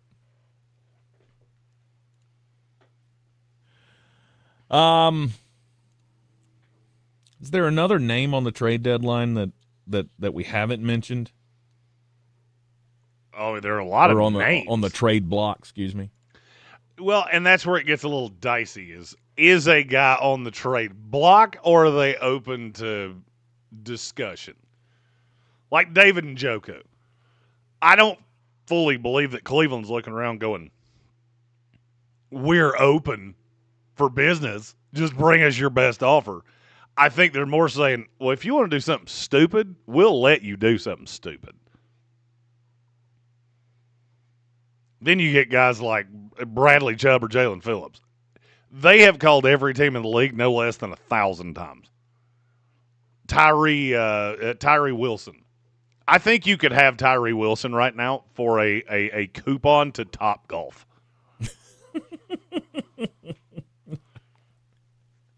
One free hour of unlimited play. That's funny to me because I think he was the one that we disagreed most about in the first round of that draft. Was that 3 years ago? I don't know that I agree with that. Well, I mean, I was completely against the idea. You hated him. I just kept saying he's got a really high upside. I always followed that with the floor could be a little terrifying. Right. I think you've seen the floor. Oh, who did we disagree the most on in that draft class? Lucas Van Ness would be up there pretty high, too. Yes, I hated him as well. Yeah, you hated Lucas Van Ness, and you've served to be pretty right on that. Yeah, it might have been Tyree Wilson. What year was that? 23. The 2023 draft? Now you got me curious. Because I was adamant that Tyree Wilson was a wasted pick. At 7. Like, if you'd have drafted him later in the first round, okay. If he'd been your second round pick. No. The one we disagreed on the most is Joey Porter Jr. Because you I love shut up about him. And I'm like, what in the world are you looking at? Love Joey Porter. If his name was Joey Wilson, we would not be talking about him. Yeah, that was the one. Joey Porter Jr. was the one. Tyree Wilson's up there pretty high. Nolan Smith was up there pretty high, too. I love Nolan. Okay. We should do that. We should start doing that. Just go back and, hey, you remember this draft class? Let's see how that worked out. Mm-hmm. Kalijah Cansey. I remember you just being drunk in love on him. The little Aaron Donald. He's Aaron Donald 2.0. That was all they kept saying. No. All they kept saying about him. He's the little Aaron Donald. Just as powerful. Oh, he is Aaron Donald if you bought him at a Walmart in a bad section of town. You bought him at the old Walmart. The one that hasn't been remodeled. It's not a super Walmart. No. It's a simple Walmart. Yeah, it's not even as good as those little Walmart market stores. It's the one that they have right outside of cities with campgrounds. Yeah. It's the one 2 steps or 2 generations below the one over on Hendersonville Road. I've been most surprised that that's never expanded. Being in that part of town. But, all right. So, who has to make a move? Is there somebody in it just you see there's no way that they can make it through this without suffering the backlash of their fans if they don't make a move right now? I would say San Francisco, but after the moves of yesterday, New England's up there pretty high too. You can't start clearing the decks and making your getting your fan base excited that there's a big move coming, and then the biggest thing you do is, well, we traded Keon White, so we can get Efton Chisholm on the active roster. Stephen Tao said the Ravens need an edge rusher immediately. Yeah, Mike Green has not worked out so hot to. You remember during the draft we went, God, Baltimore did it again. Yep. Oops. Oopsie poopsie. Are you giving up on that? Giving up, no. But as of right now, 119 graded edges. How many are worse than Mike Green? I guess 0. And no, it's 4. Okay. Even better than that, how many of them could you name? Oh, I couldn't even begin. Patrick Johnson of the Eagles, Sam Williams of the Dallas Cowboys, Emmanuel Ogbah from the Jacksonville Jaguars, and Keon White, who was just traded to the San Francisco 49ers. Way to go, Keon. Yeah. All he needed was new scenery. Yeah, it's all he needs. And maybe a Just scheme that change- he fits in. Yeah, just to change the scenery and, playing out of position. That's all he needed to really unlock all of his power. And what he got was a change of scenery and still playing out of position. Congratulations. That's what I'm saying. Did you see the video we shared on social media of AI videos are becoming my new favorite thing. I can't help it because now I have this server that will make videos. I didn't make this one, but I found it. It was Brian Kelly on The Price is Right. And Bob Barker opens up the doors and it's a U-Haul and he gets so excited. I laughed about that for over 20 minutes when I found it. And it was just because his mouth got so big and he had no teeth. I always love that about AI videos. Everybody has 6 fingers or 3 arms, and nobody ever has teeth. Hey, maybe that's the way he can get, he can get more rep down in the South. For sure. Get all his teeth pulled out, and he can just fit right in with old Bulldog. Oh yeah, he would be the greatest candidate for the Arkansas job ever. Hog, pig, theory. Yeah. It is the Sportsocracy on ESPN Asheville. It's 92.9 FM, 880 AM, 1400. Hear us everywhere on the iHeartRadio app. When we return, it'll be time to get weird. ESPN Asheville. Clear. Thank you. Your mountain weather forecast. Damp into the afternoon with a lot of clouds and an east breeze around. What is Chilly your weird temperatures. story? 49 should do it with some scattered showers around. Tonight, scattered The escaped monkeys in Mississippi. Damn it. fog in the morning. Otherwise, cloudy. using that one high for to low crimes. 50s with a gusty Oh. bit late. Friday, though, Halloween, sunshine 55. That's why I asked. I Weather knew Channel you and had to be meteorologist using Ray- that. We could do that. Introduce Let's see if I can find another one. where all your breakfast faves are just $6 each every day. Where else can you get a big filling sit-down breakfast for only $6? Go to your happy plates with the $6 IHOP value menu. Available every day at IHOP. $7 in some locations. When you're hiring, have you ever felt like you're missing out on meeting truly great candidates for your roles? It seems impossible to find them, but they have to be out there somewhere, right? Well, they're not hard to find when you know where to go, and that place is ZipRecruiter. Okay, found one. Now, you can Let's try go. ZipRecruiter for free at ZipRecruiter.com. My story here is /free. ZipRecruiter helps 10 a million food people with their job website search every has day. And put because out these the people are worst actively candies looking that for you can jobs give to just kids like at Halloween. Okay. Person right away. And I think In fact, every 4 one out of them 5 is employers exactly who post on right. ZipRecruiter get a quality candidate within the first day. What was But if the you're worst not candy using you can give out at ZipRecruiter, Halloween's what? You're missing out. So see what it's like when the impossible is easy. When you go to ZipRecruiter.com/free right now to try ZipRecruiter for free. Once again, I would say any of those little nameless candies, like the little strawberries, the little strawberry jelly candies. Oh, I like those. with ZipRecruiter. I mean, don't give them out for Halloween. But you were super upset if somebody handed you a handful of those at Halloween. Like, I want the good stuff. I never went trick-or-treating, so I'm a bad one. Radio app. The #1 app for radio. The Necco wafers, the big, that's on the sweet tarty things. Yeah. Nah. Yes, for live I've music never from Nick seen Mack them. and the I don't Noise, even know what they special are. guests and a night to They're just giant discs. So, the Smarties, the little sour, tiny discs. Those are also on the list. No, I love those. And C and EX. Smarties? The large, they're larger than Smarties, but they're like sweet. They're not really, they don't have like a sour to them, but they're all fruit flavored. If somebody had ever handed me Smarties on Halloween, and I sell would for have up to immediately said, $9,000 sorry more than about your standard dad's listings. job. Ready?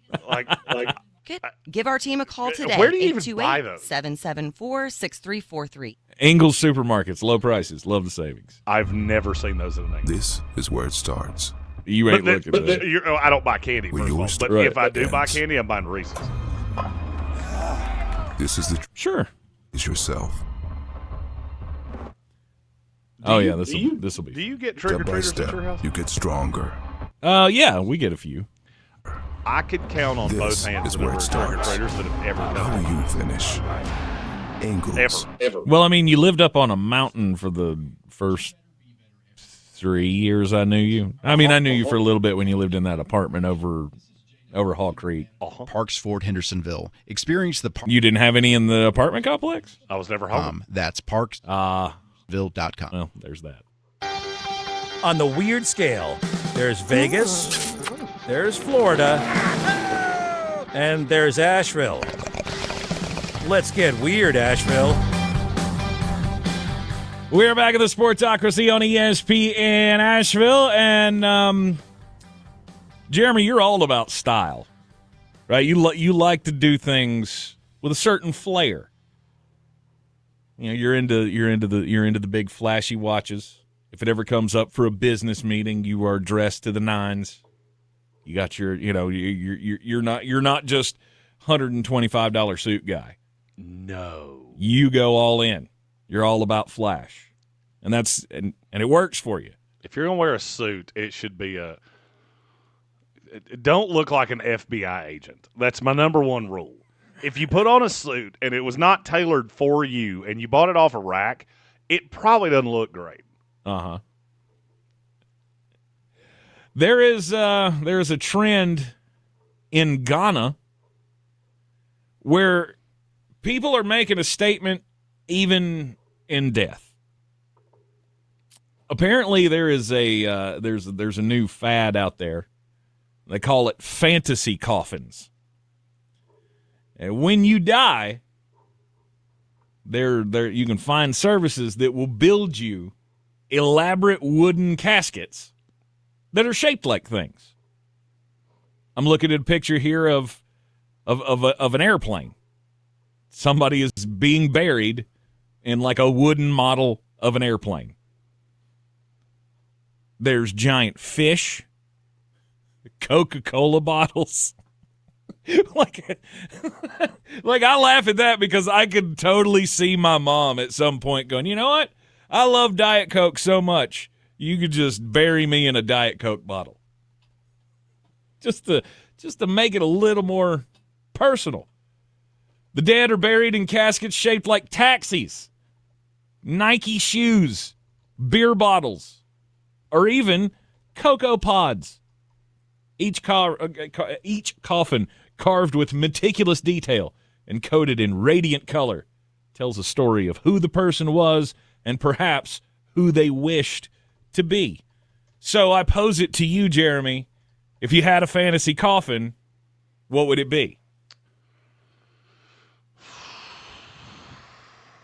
The sewer from It. Wait, how would somebody build like a model of that?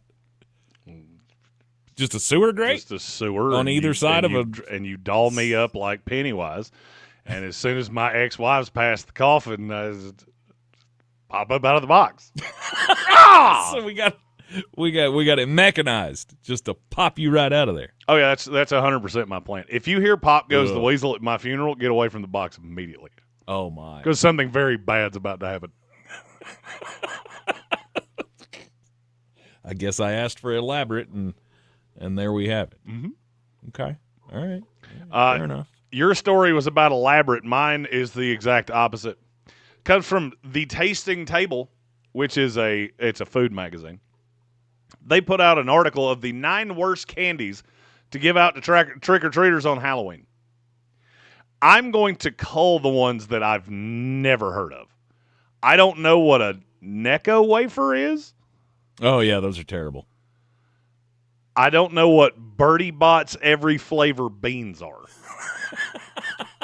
That's from Harry Potter. Those are the you can get jelly beans that are flavored like earwax and tripe and vomit, and they have every flavor of bean. That's disgusting to say the least. But there's also, strawberry and the regular flavors. It's a thing. Your knowledge of cheap candy is starting to shock me. Do you That's know not what cheap candy, by the way? Do you know what a nickel nip is? No, I don't know nickel nips. It looks like it looks almost like a little tiny wax soda bottle. Okay. I've never seen this before. Okay. Yeah, wax Coke bottles. I know those. I think they nailed the rest of the list, and I want to see how many of these you can get. There are 6 left on the list. Okay. I would say Bit-O-Honeys have to be on there. Nope. What? Nope, that's how bad the other 6 are. Mary Jane. The little peanut butter chewy things.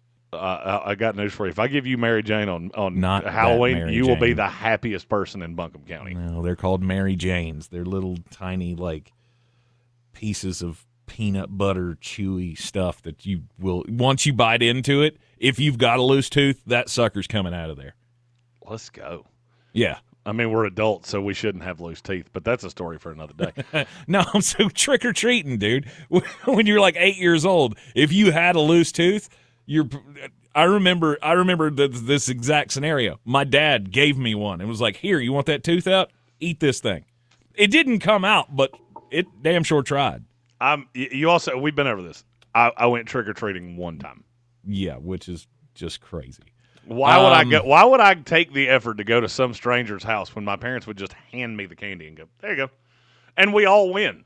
They didn't lose a night. I didn't have to put on a stupid costume and go talk to the neighbors. Boom, we're all winners. And I didn't get the random crap that other people would hand out. Mm-hmm. Candy corn has to be on the list. Candy corn is number 2. It's always on the list of most hated. Who hands out candy corn?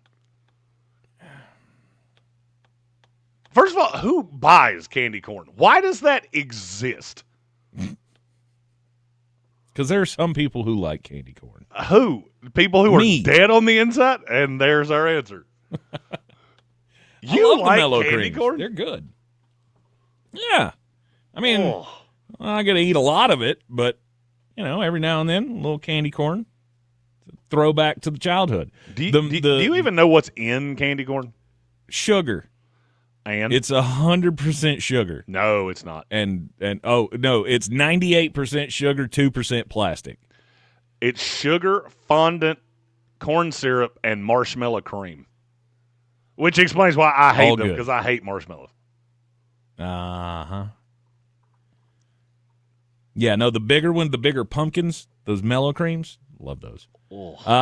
Circus peanuts. Number 1. Mm-hmm. Who gives those out? I don't know. I don't even know why they still make them. They haven't. They stopped making them during the Great Depression. We're just coming off the end of the reserve. Nobody has liked those since 1920-something.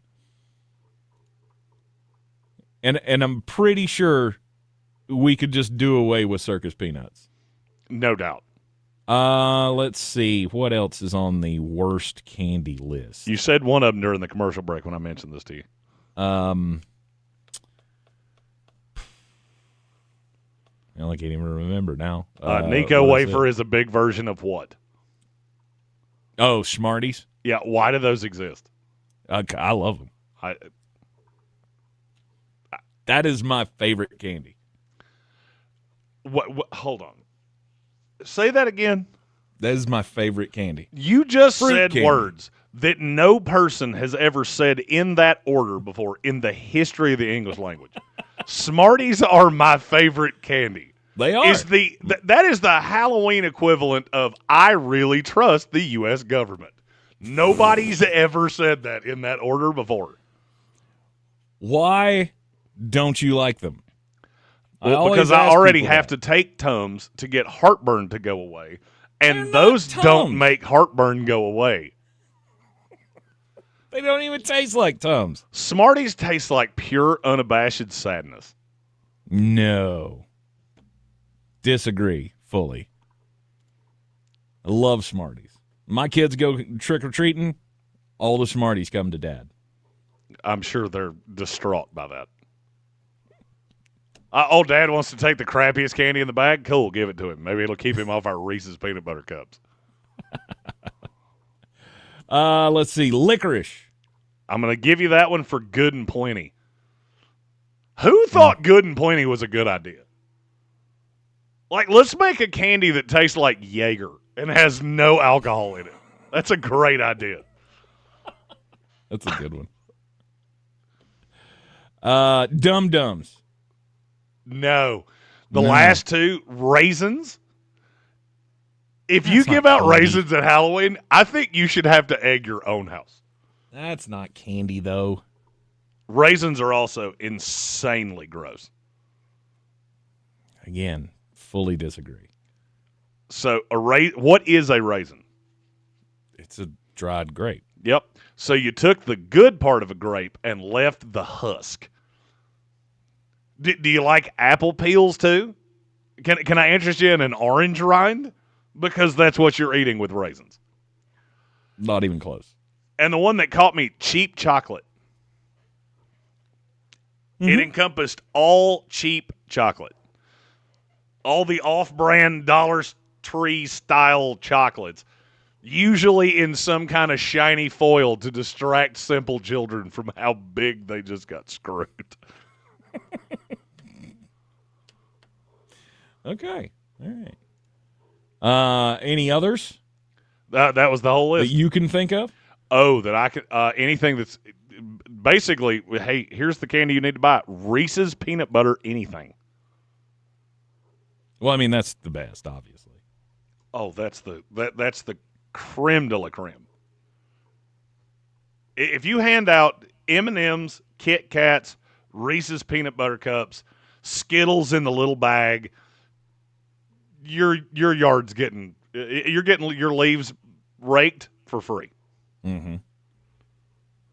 Airheads are awesome. Mm-hmm.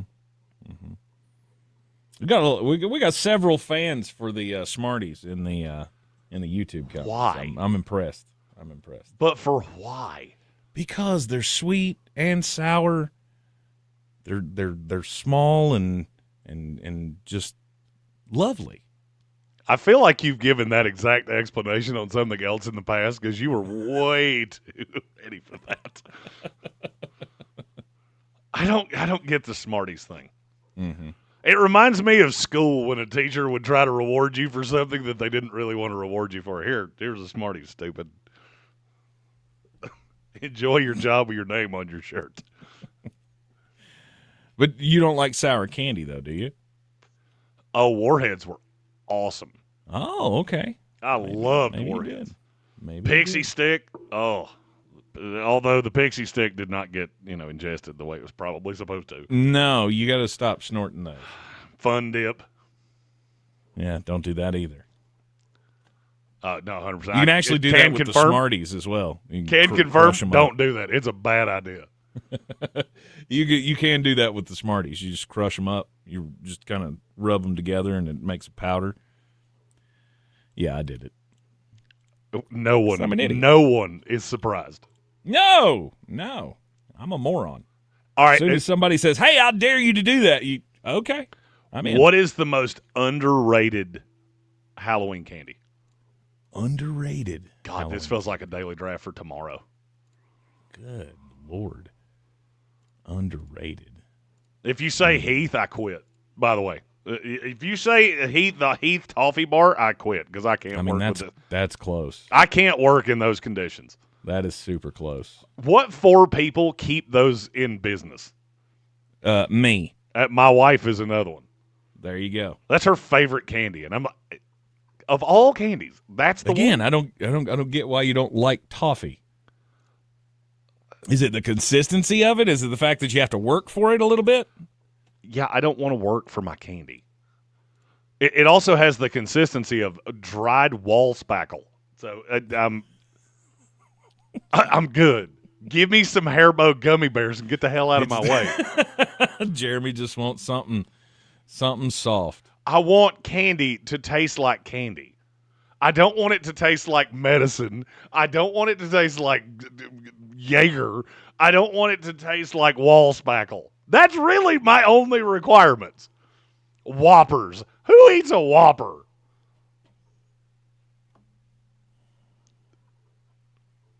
You like Whoppers, don't you? I said it. Of course I do. You're just Milk broken duds. inside. Milk duds. Who looks at a box of Milk Duds and goes, yes? Again, you're just broken inside. And that's why they named the candy after you. Goobers. Wonderful. That's most underrated candy right there. So take what you're telling me Goobers. is that you love goobers. That is the least surprising thing you've ever said to me. I do. I love goobers and Raisinets, and sometimes I enjoy them together. It's just how I roll. Throw a little milk dud action in there. Matthew Hoffman says runts. I don't know if that's an underrated or a gross, but I'm in on underrated on that side. What is a runt? Runts are they are like fruit-shaped Smarties with a candy coating. Oh, And you those mean are delicious. You mean Sucky or Skittles? No, Yeah, because they're you're hard. talking about the ones that look like they're they look like a Skittle, only they're fruit shaped. Yeah, and it's hard candy. Or Yeah, it's those- inside is like Smartie consistency, little crunchier. Yeah, than there are a Smartie. lot of children missing teeth because of those. Mm-hmm. I'm a simple guy. I like normal stuff. I don't like Hershey's chocolate. If I was being 100% honest, You like peanut butter and chocolate, and that's it. I do. I really like peanut butter. I prefer it to be Reese's. Mm-hmm. I enjoy a Baby Ruth. Those are tasty. The Milky Way is fine in its own way. Mm-hmm. Snickers, I've never understood how somebody looks at the candy shelf and goes, yeah, Snickers. I'll never figure that out. But I get it. I understand why you like it. I just don't understand how that was your choice. Because it's the best of all. It's got all the pieces. See, It's but got I'm the nougat, fat guy. it's got I eat the caramel, same. I it's eat got the same peanuts. 5 fat guy things. Mm-hmm. Like I am a fat guy because I like a handful of things, and I will just eat them every day. I'm also the same person that can have the same breakfast, the same lunch, and the same dinner every day in a week, and I don't care. Yes, Matthew Frankly, Hoffman. I prefer it. Matthew Hoffman points. The banana ones were the best. The banana runts were the best. So Tank loves banana-flavored candy and goobers. Okay. And that's a thing that surprises no one ever in the world. Honestly, there are very few candies that I'm out on because I'm a fatus. Is there one that you're out on that would surprise people? One that I'm out on that would surprise people. Like one that people like. I mean, not circus peanuts or whatever a Necco wafer is. I still don't know what that is. Not I mean, anything that is a sucker. I'm not into like lollipops. So like Dum Dums, Blow Pops. I was in, obviously when we were in like middle school, Blow Pops were a big thing. And yeah, I had my fair share, but I'd rather not. So I'd probably say any type of sucker. But especially everything else especially the suckers that get crazy, like the caramel apple pops that are the apple sucker with the tough caramel on the outside. Those are gross. Yeah, it's not good. Like sugar daddies, I never liked those either. I mean, that was one of those that I went, that's too much work. I went full Jeremy Green on the sugar daddies. Sugar daddies. Yeah, the big caramel, tough caramel things that were on a stick. And they had small ones, but they also had like the really big ones that if you were committed to eating that sugar daddy, that king size one, it was going to take you at least a week and a half. This is proof positive that I can be a really big moron. I just searched sugar daddies on Google, and now I'm 100% sure I'm on a list. You got a virus. There's no doubt about it. I got some images there. I turned the adult filter off a long time ago because I am an adult, and I really wish I hadn't. Yep. Shocker of shockers. Jeremy went searching for sugar daddies and didn't like how that tasted. You're in the Sportsocracy, and this is ESPN Asheville, 92.9 FM, 880 AM, and 1400. Daily Draft is coming up next. What are the best jobs in all of college football? ESPN Asheville. And we're clear. Or mountain The weather girl forecast. in the first picture Step into the is afternoon. an absolute Breeze smoke around, show. chilly. Of course she is. I mean, With an some scattered absolute showers around. smoke Tonight, show. scattered showers 42. Thursday, a few showers around, patchy Also, fog in the apparently morning. there was a movie Otherwise called cloudy and high Sugar to low Daddies, 50s and with the a gust cover of breeze. looks I think like those some showers will old taper dude off is a bit choking late. a 23-year-old blonde. 55. From the Weather Channel, I'm meteorologist Ray Stager. This report is sponsored by the International Hot Rod Association. The IHRA Outlaw Nitro Series is back November 6th through the 8th at Durana Motorsports Park, Dunn, North Carolina. 4 days, one mission to win. Top Fuel, funny cars, pro mods. Get your all-access passes today at IHRA.com. This is what it sounds like to win $1,000 in bonus bucks. Oh my God, thank you! Get ready for it to happen to you. Are you freaking kidding me right now? Every weekday. Awesome! Looking for a career with stability and purpose? NC Department of Adult Correction is hiring correctional officers statewide with benefits, paid vacation, and opportunities to grow within the field. Learn more. Visit dac.nc.gov/cojobs. 21-time nominated Grammy Award winner Dwight Yoakam. The Cosmic Roundup and Rodeo Tour. Saturday, November 15th, 7 p.m., Harris Cherokee Center.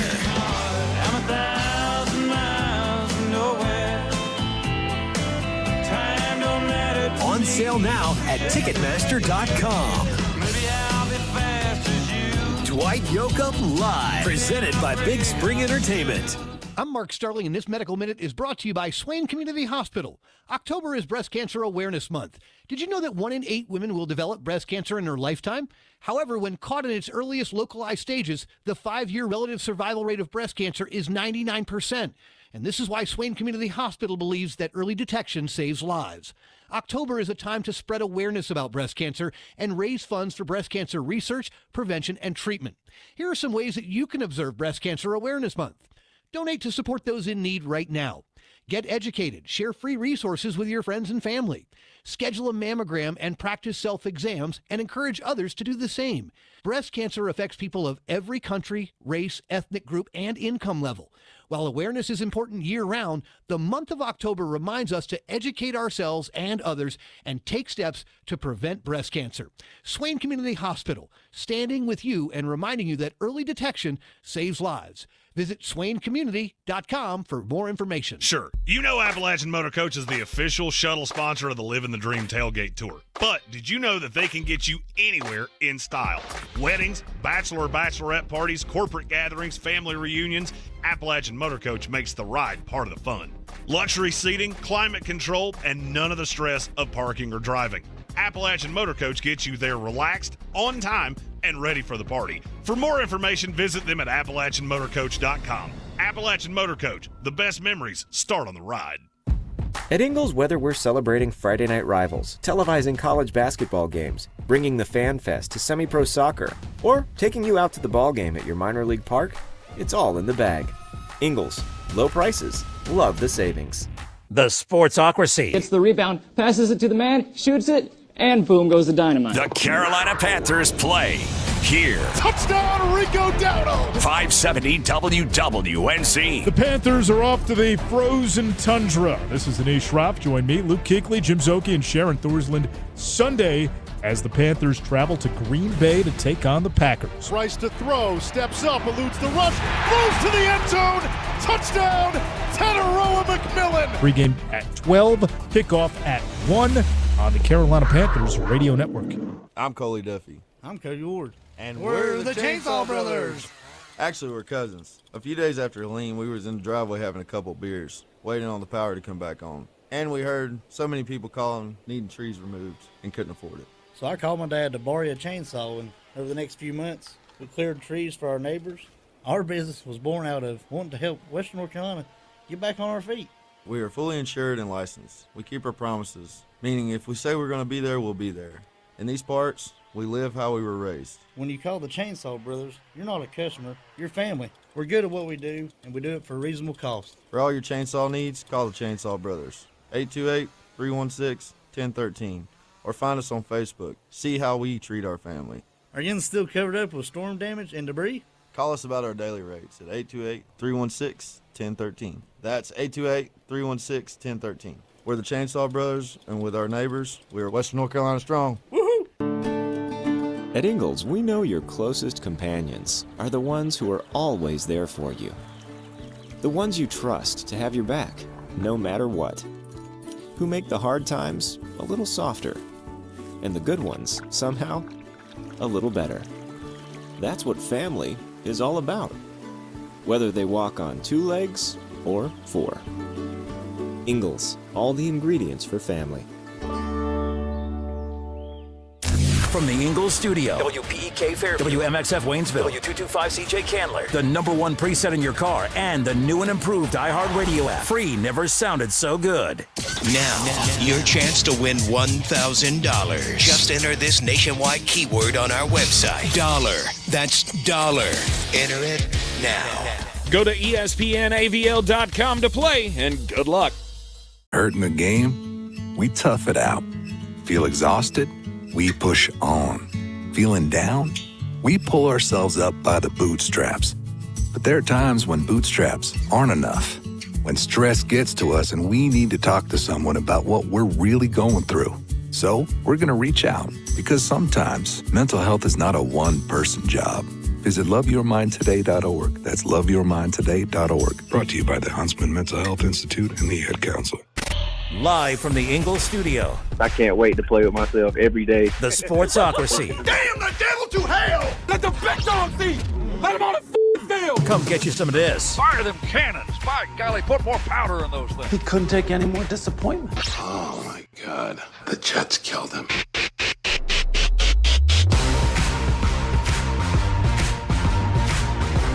It is ESPN Asheville, 92.9 FM, 880 AM, 1400. The Sportsocracy is live in the Ingles studio and the NFLDraft.net. Mullet Manor, a rare Wednesday appearance by Flostradamus. I haven't checked my messages to see if Chris Womack has reported in from Raleigh. I had not seen anything during the last break. But then again, I had 417 text messages, so it's possible it got lost. Mm-hmm. It could have. Womack usually here with us on Womack Wednesday. Not today though, because he was in Raleigh, or is in Raleigh, for the North Carolina Association of Broadcasters Awards ceremony. So hopefully Chris will cash in and get some more hardware. I think he's already won like a daytime Emmy, a local Emmy or something to that effect. So, yeah, award-winning Chris Womack, hoping to add to the trophy case. So today we've been talking about the trade deadline. Of course, we were talking about Halloween candy in the last segment. And during the break, I thought, well, never did we mention Tootsie Rolls in that. And I feel like Tootsie Rolls are the worst. That's like one of the worst candies out there. I love a Tootsie Roll. Why? Because they're awesome? No, they're not, though. The chocolate flavor's disgusting. And the consistency of those things is just strange. I like it. I like I'm trying to think of it because I know we have nefarious people. The longer roll is mm-hmm. You like the little miniatures. That's a lot of work for very little payoff. Right? Is this too much to unwrap? Is that what you're saying? Yes. The big one that's like the Toblerone. Fantastic. Gross. The ones that come in, that came in the candy bar wrapper. It had the little plastic boat that the Tootsie Roll sat in. Yes, that one. Oof. No, thank you. And the flavored ones, stop. I mean, the orange was the best. But vanilla, who wants just vanilla candy? Really? It's like chewing on an ear. Ugh. Didn't like it. Daily draft today.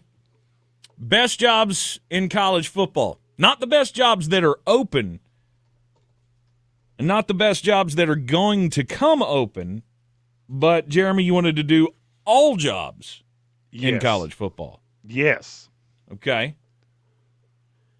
I want you to start this one off. Your number one best job in college football, and why? It's LSU, and it's not close. Okay. If you combine where you live, the weather of where you live, how easy it is to get recruits in your geographic vicinity, and your competition for those recruits, there is absolutely no contest. LSU's the best job in the country.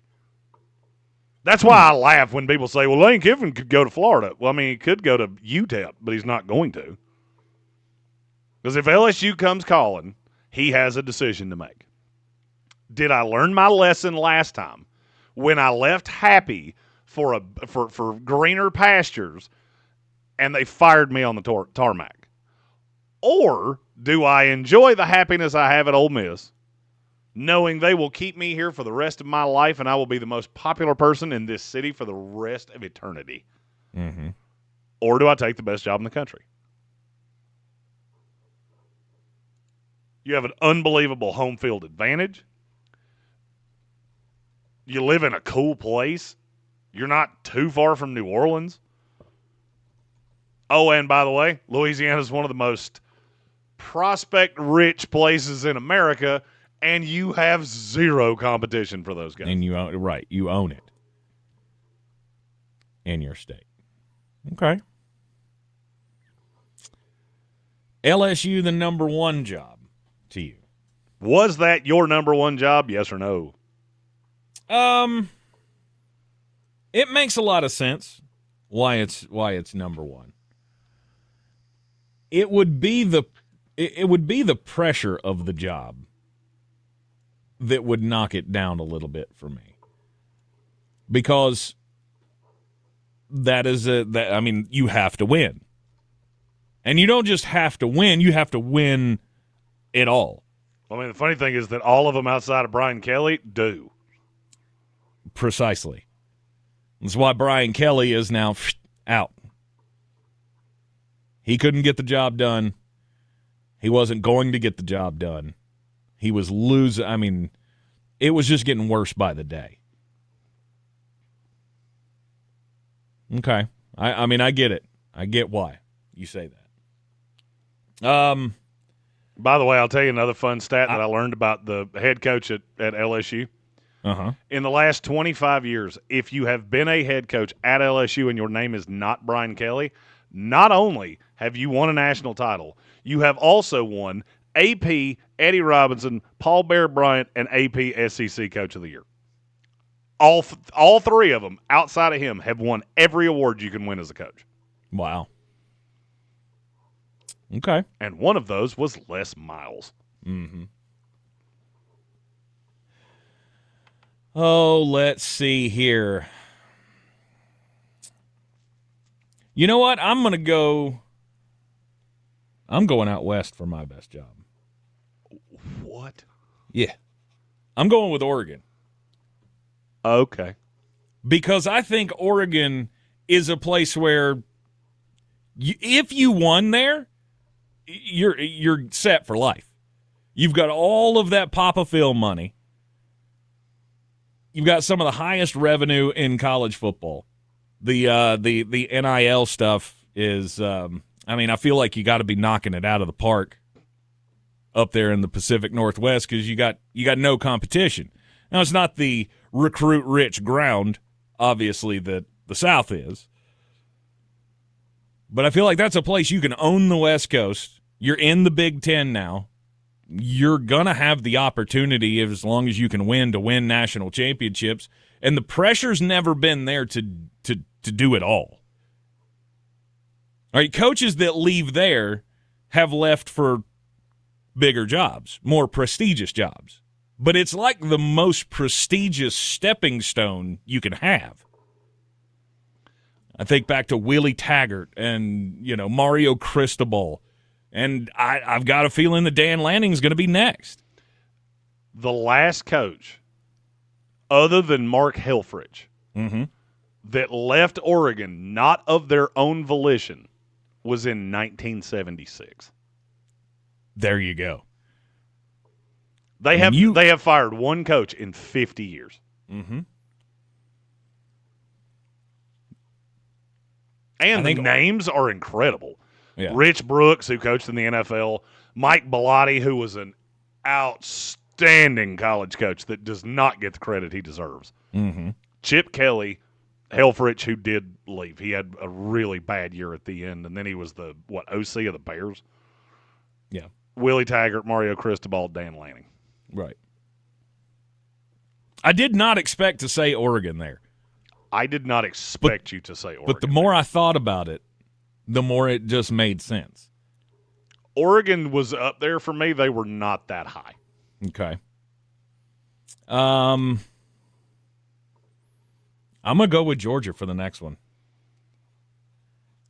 Things are going to be different now at Georgia after they've won national championships recently.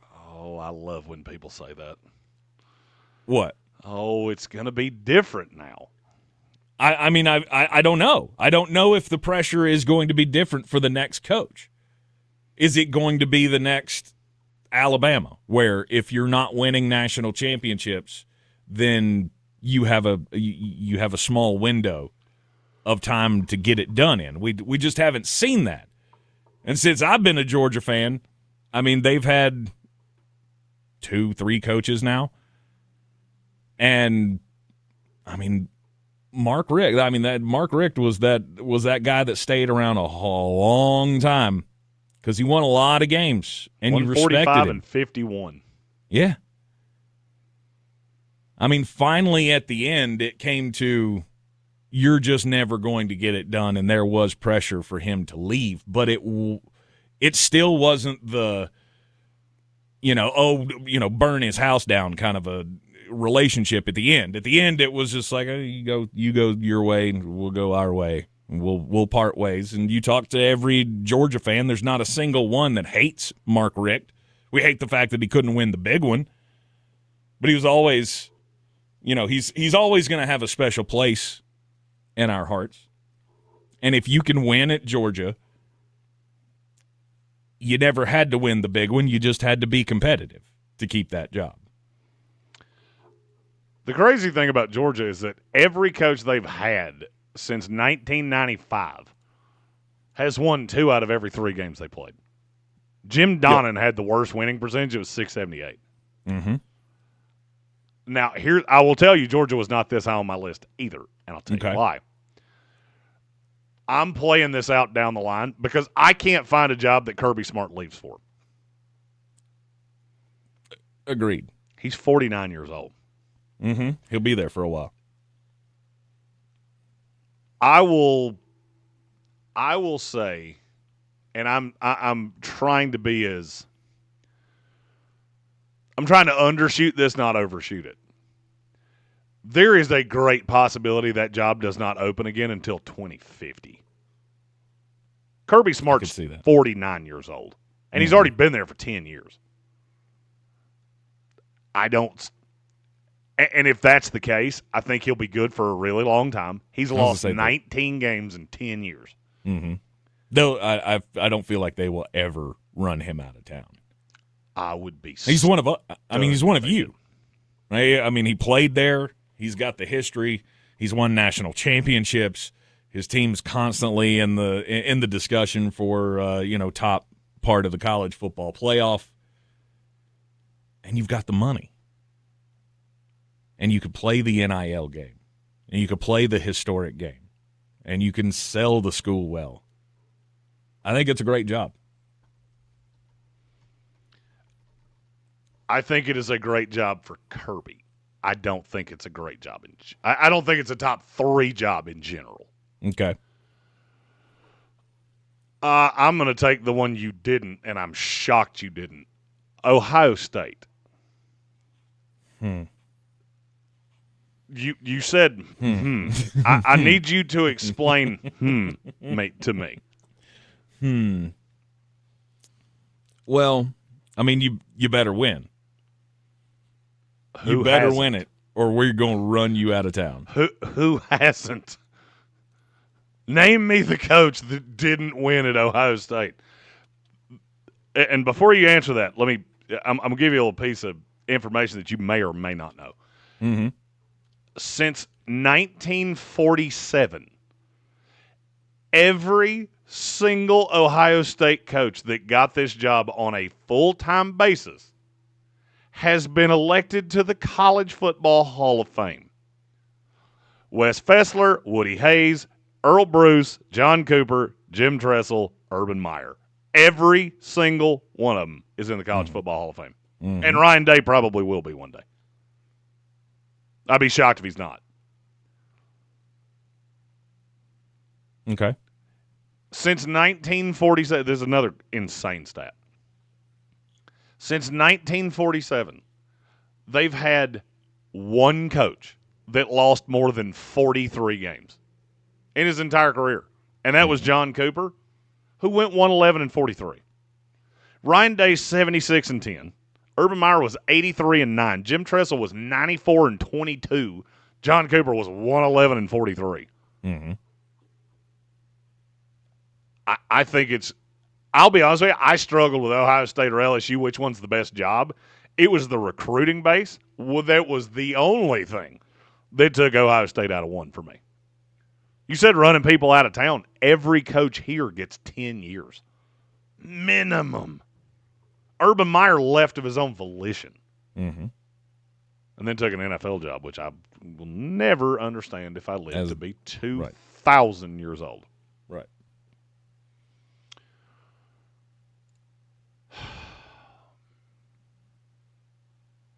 I'm really torn between two. And I don't think you'll take one of them. So I'm going to take Alabama right here.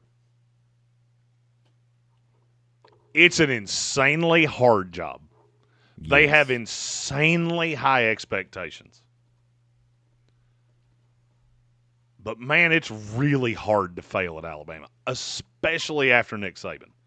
Because he made this a destination again. He unwound the Mike Shulas. He unwound the Dennis Franchionis and the Mike DeBows. He made this a great job again. Mm-hmm. And Kalen DeBoer's off to a clunky start, but it's getting better. And that's a special environment. You're in on every single recruit in America. I don't care where they're from. Mm-hmm. Because you are the blue blood in college football. And have been for pretty much every recruit's entire life. They don't remember a time that Alabama wasn't a blue blood. Because think about this. A high school senior right now was probably born in 2007. That's the year Nick Saban took that job. So all I've ever known is Alabama as just the hammer in college football. Mm-hmm. I feel really good about how I've started. Bill Workman said, Jeremy can take Tulane, Boston College, and Washington State and still win.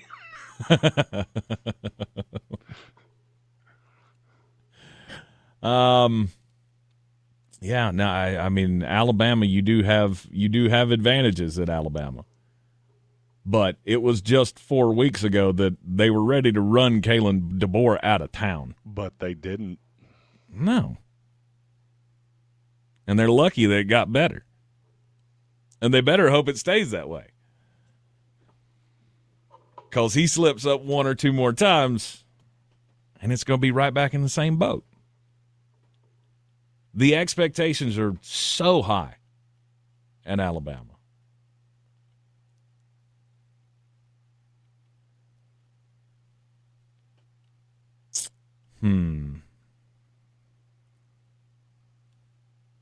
Let's see. We got to take a break here in the Sportsocracy. It's ESPN Asheville, 92.9 FM, 880 AM at 1400. Daily Draft. What are the best jobs in college football? We'll continue after this. This is Jim. Hello. Jim started at... You're Cliff. iHeartRadio way back in April. And now, I have customers out the door. And this is Sarah. Hi. She started putting a portion of her marketing dollars in podcasting back in June. Business is booming. That's why I'm working on a Saturday. Want to be like Jim and Sarah? It's easy. All you have to do is own or manage a business and reach out to iHeart. Get started today at 844-844-iHeart or iHeartAdvertising.com.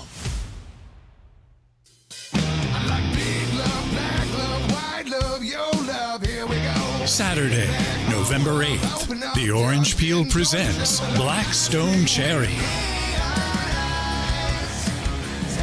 Get your tickets now online at theorangepeel.net. Don't miss Blackstone Cherry, live November 8th. See you at the Peel. I'm Richard Parks III. I'm Wes Avila. And we are on a quest to make the best baseball podcast of all time. Dodger Blue Dream. Freeman hits the ball to right field.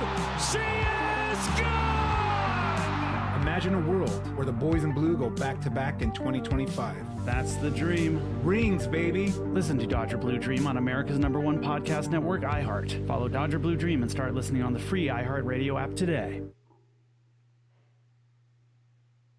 In the aftermath of Hurricane Helene, we found out a lot of things about our community. We saw neighbors helping neighbors, and we learned in desperate times one of the best things to have around is a redneck with a chainsaw. Not just a chainsaw, boy, just country boys in general. When you live in these mountains, you figure it out. Like, you make stuff happen. After answering the calls for help that they heard on the radio, the Chainsaw Brothers are still here, making it happen the right way.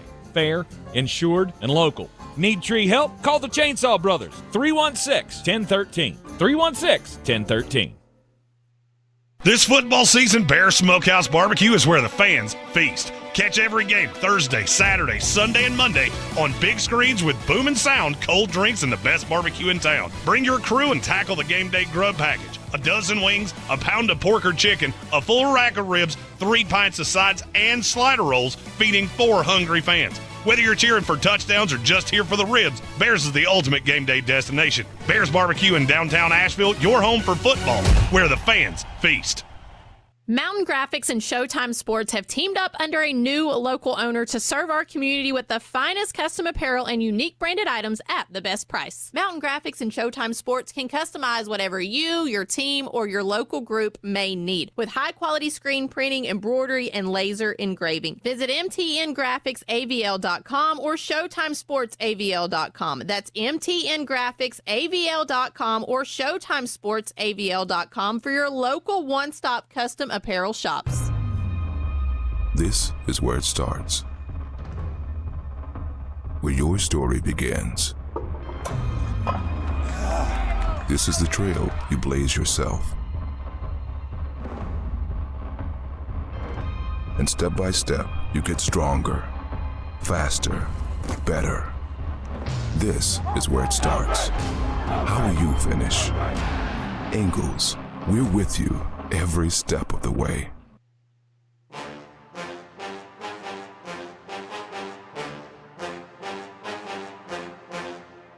The Sportsocracy. Hello, everybody. This is good old JR Jim Ross, WWE Hall of Famer. Boy, these boys are smart. You talk about goofier than a pet coon. Let me tell you something. This show is a legitimate slobber knocker.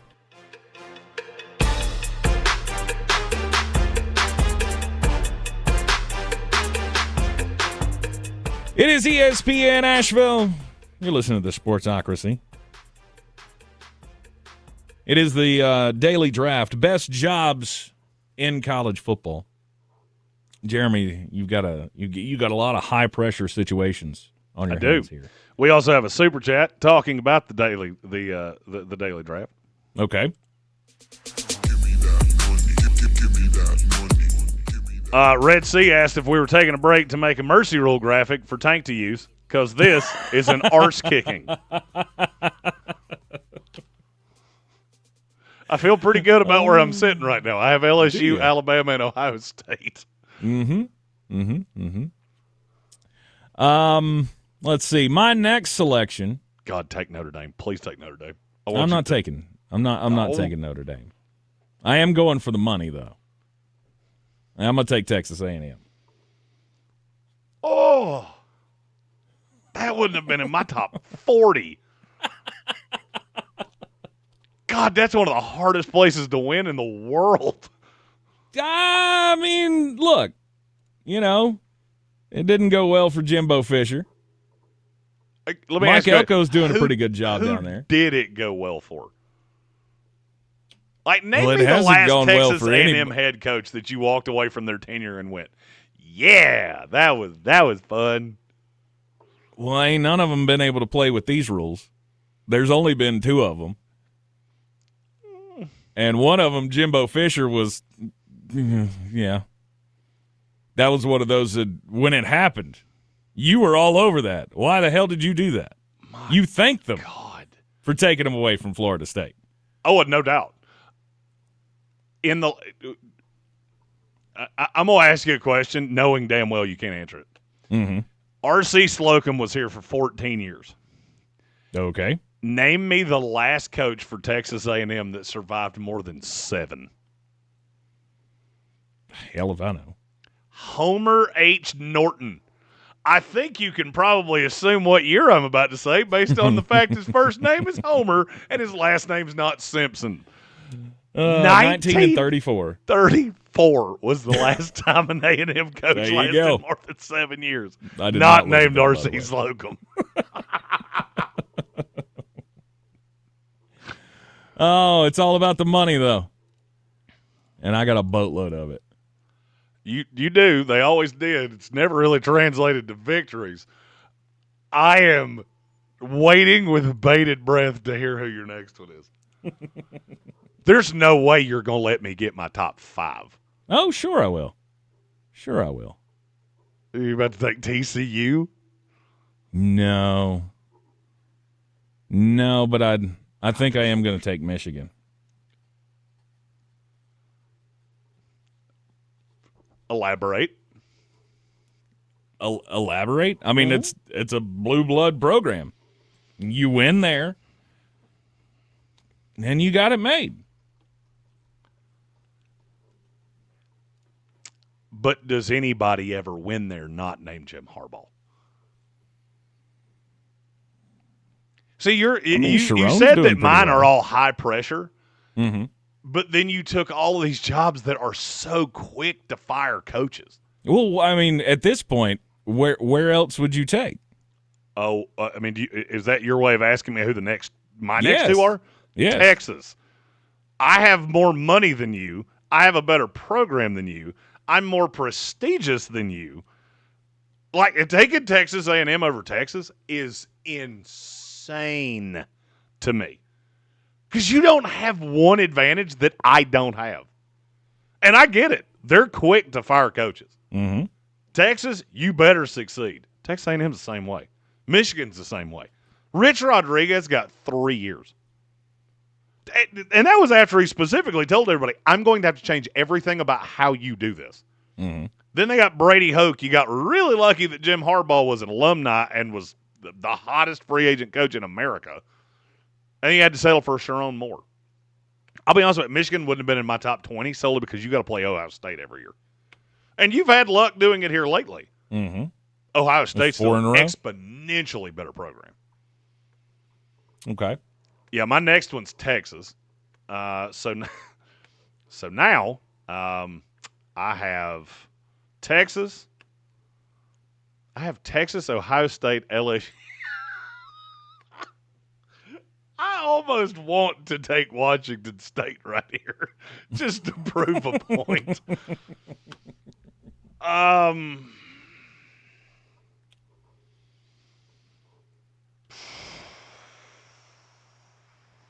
This does get difficult for me.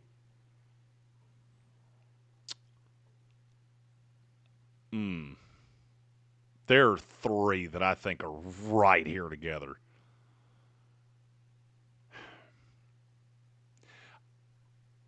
Notre Dame I'm not going to take solely because the academic pressure is so hard to get people into. It's so hard to get guys into school. Mm-hmm. I mean, it's the only school that's in the second biggest media market in the country. I'll take USC. I get it. They're in the Big 12. I'm well aware of that. but I get Big Ten. LA. And the Right. only team out here that competes with me for players is Oregon. And Oregon recruits pretty nationally. So California, I'm the big dog out here. UCLA gets the players that I didn't want to talk to. Right. And I do think the move to the Big Ten in time will help them. It just hasn't yet. I mean, you got to understand, USC basically understood the assignment of we have to outscore everybody that we play. That's why they hired Lincoln Riley. Mm-hmm. So you didn't have defensive players that could keep up with the Ohio States and teams like that in the Big Ten. They will in time. Because eventually these kids that don't make it to Ohio State or Alabama or they want to stay on the West Coast are going to realize USC and Oregon are my only two options.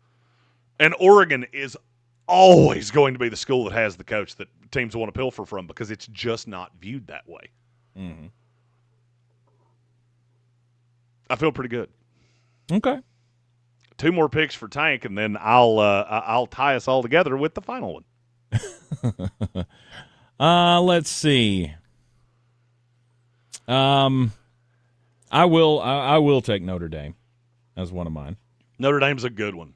I mean, all you got to do is beat 10 Little Sisters of the Poor, and you're in the playoff every year. Exactly. Until the decision gets made to join a conference, which they don't have to. They proved that in the playoff run last year. And then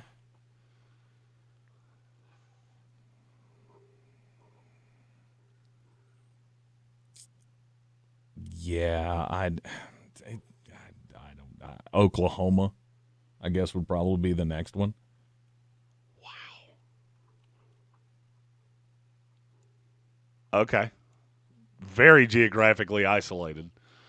You got to compete with Texas and A&M, and now you're in the SEC, so you've opened up the South to recruit. So I do think it's a good job. You also got Jordan money behind you, which helps. Mm-hmm. And your final selection, sir? Oh, I'm trying to think of how aggressive I could go here.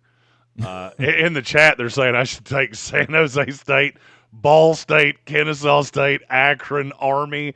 Army's a good one. Army is such a good one. If nothing, just a hat tip to the Armed Services Academies. But what I'm actually going to do is just finish this off and go Florida State. I play in the ACC where the only team that I really consistently have to beat is Miami or Clemson. Mm-hmm. Clemson, I feel like, has their hold on blue blood is tenuous at best. The problem with Florida State is that they fire coaches at the wrong time. Mm-hmm. Bobby hung around for too long. They wound up with Jimbo. That led to one national title. Then Jimbo runs himself out of town. Willie Taggart was the best coach out there. That's who they hired. They run Willie Taggart out of town. Mike Norvell was the hottest coach on the circuit. They've hired the best coach twice. It's just backfired. Right. And I'll be honest with you, when this job comes open at the end of the year, and I think it will, I won't be shocked if – and I'm going to say this, and it's going to sound crazy when I say it, but I believe it. There's a better chance Lane Kiffin took Florida State than that he took Florida. Oh, I agree with that. Because I'm not in the SEC anymore, but level of competition's way down. And I pick up that Florida recruiting base. Florida State has routinely out-recruited Miami. Florida's been more kind of a every other year thing. Mm-hmm. But the upgrades to the facility, they just upgraded the locker rooms 2 or 3 years ago. They just upgraded Doak this year. It's a good job. They're trying hard. They're trying hard to erase the embarrassment. No doubt. Red Sea said, I hope Arizona takes Breece Hall for a 7th now. Look, my shade at Florida, it's not shade at Florida. It's to be honest with you, we got to take a break. There's more to this, and I kind of want to go down this rabbit hole just a little bit more since we've had so many coaches fired and buyouts and all of the different things. There's another group of schools that are in the next tier.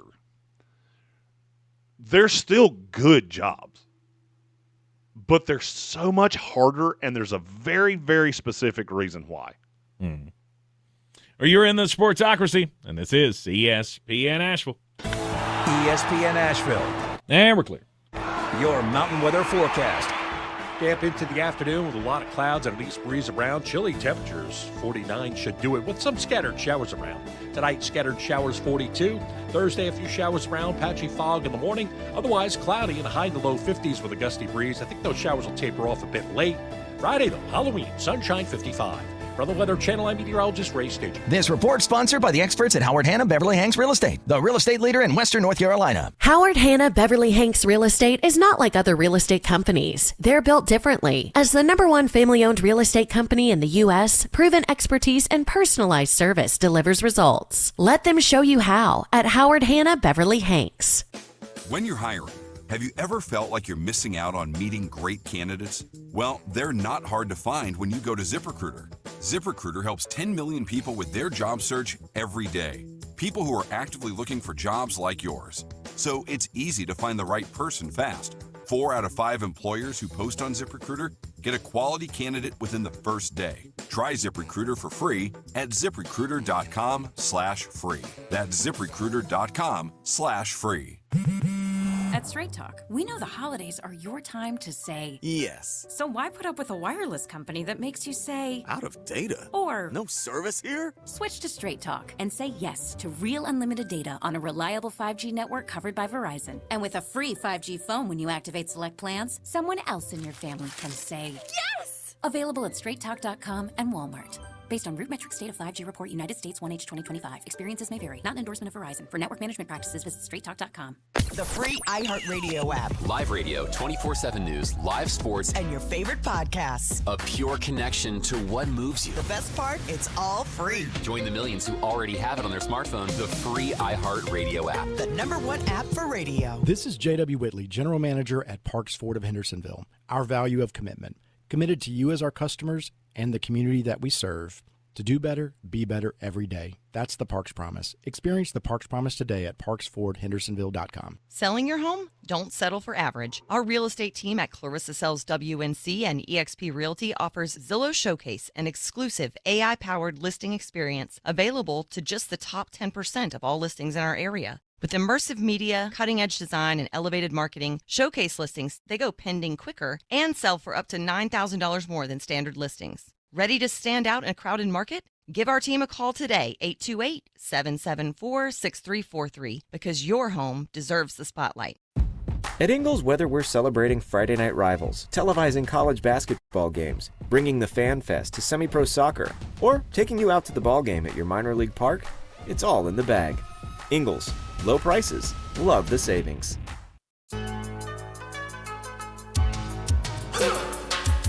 We are back in the Sportsocracy on ESPN Asheville. Time for the most important message of the day. Don't do crimes. Mm-hmm. I did that twice, once with the mic muted and once without it. Every time I say one job to Tank, I always have to think back, how many times have I done that when it was on me to turn the mic on? Oh, you wasted the good don't do crimes on nobody. My wife heard it in the office next door. Oh, she's probably wondering why I said it twice. It's also true. Also true. Jeremy, this past weekend, a man in Palo Alto, California, he's in his 70s and left his home in the morning and went out to run some errands. And when he came home, he found a really strange sight. When he walked into his house, he found that the house was not empty. There was someone in there.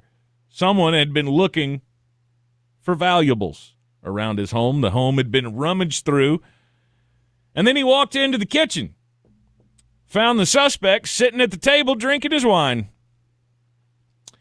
I mean, I feel like that's a bad way to go about your business. I mean, if you are going to go down the path of crime, which you shouldn't, but if you choose to, it's usually a good idea after you steal stuff to leave the scene of the crime.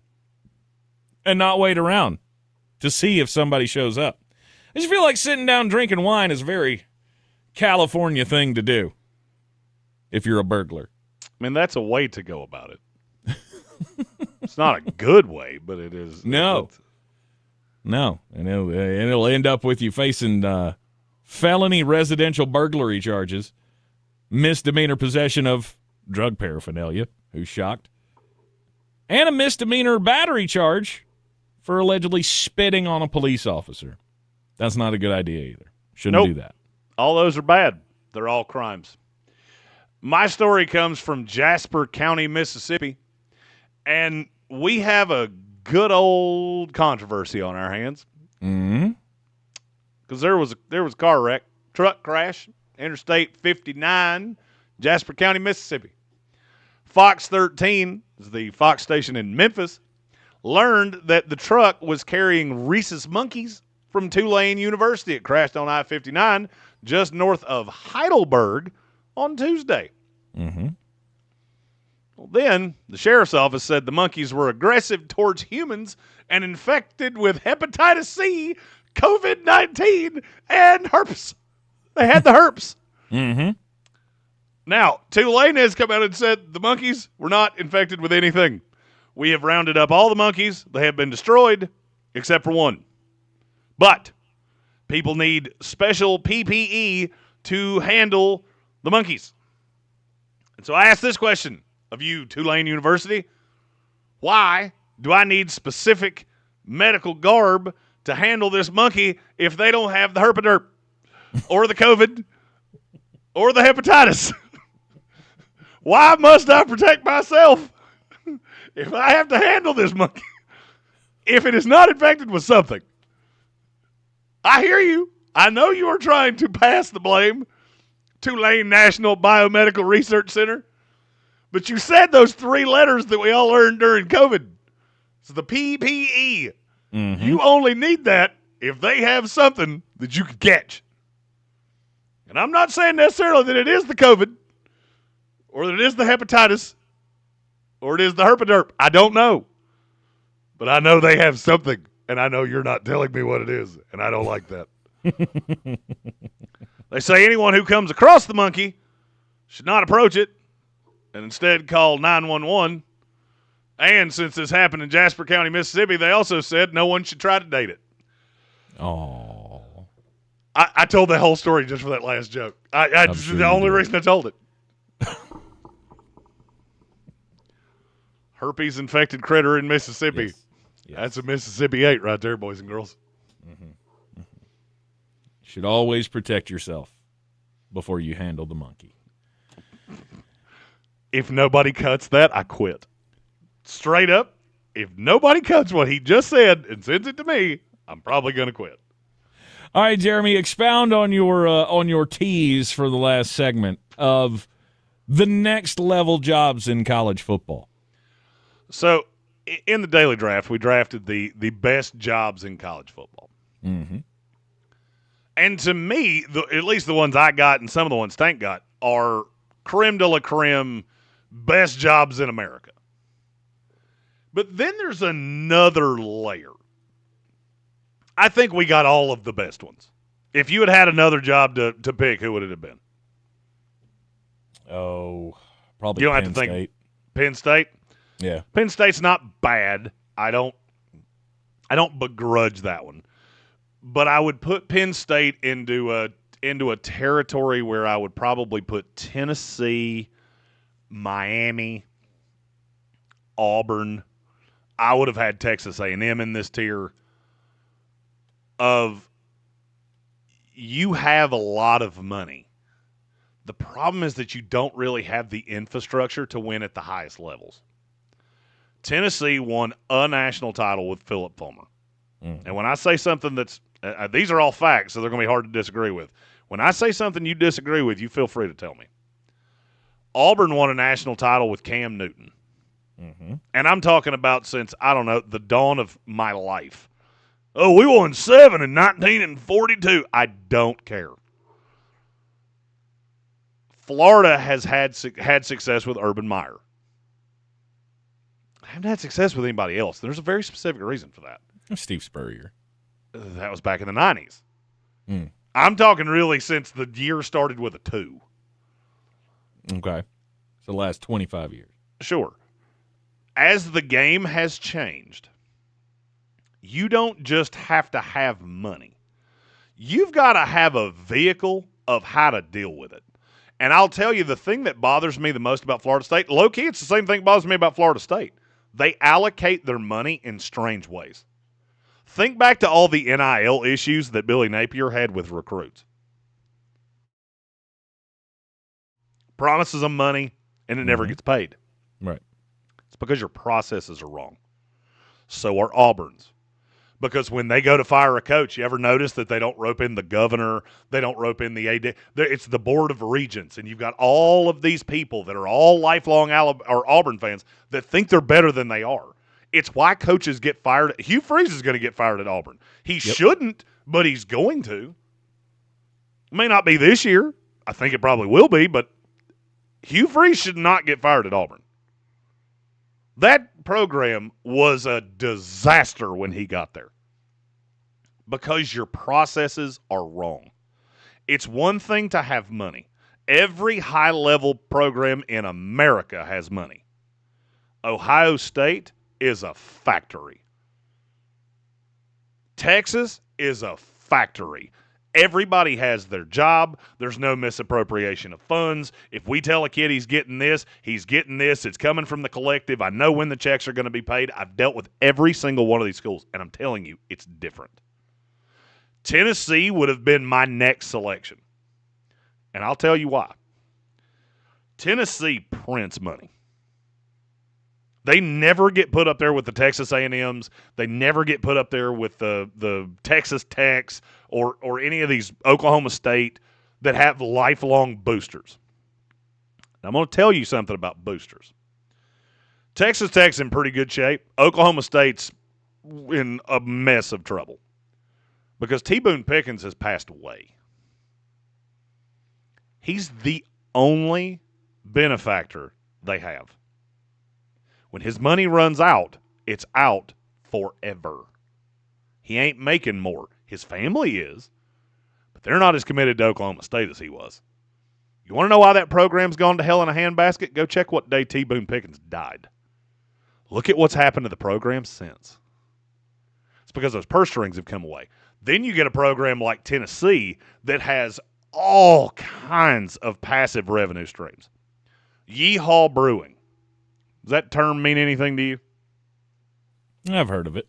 It's a very large brewery that has quite a large distribution chain. In that it's centered in Knoxville, Tennessee.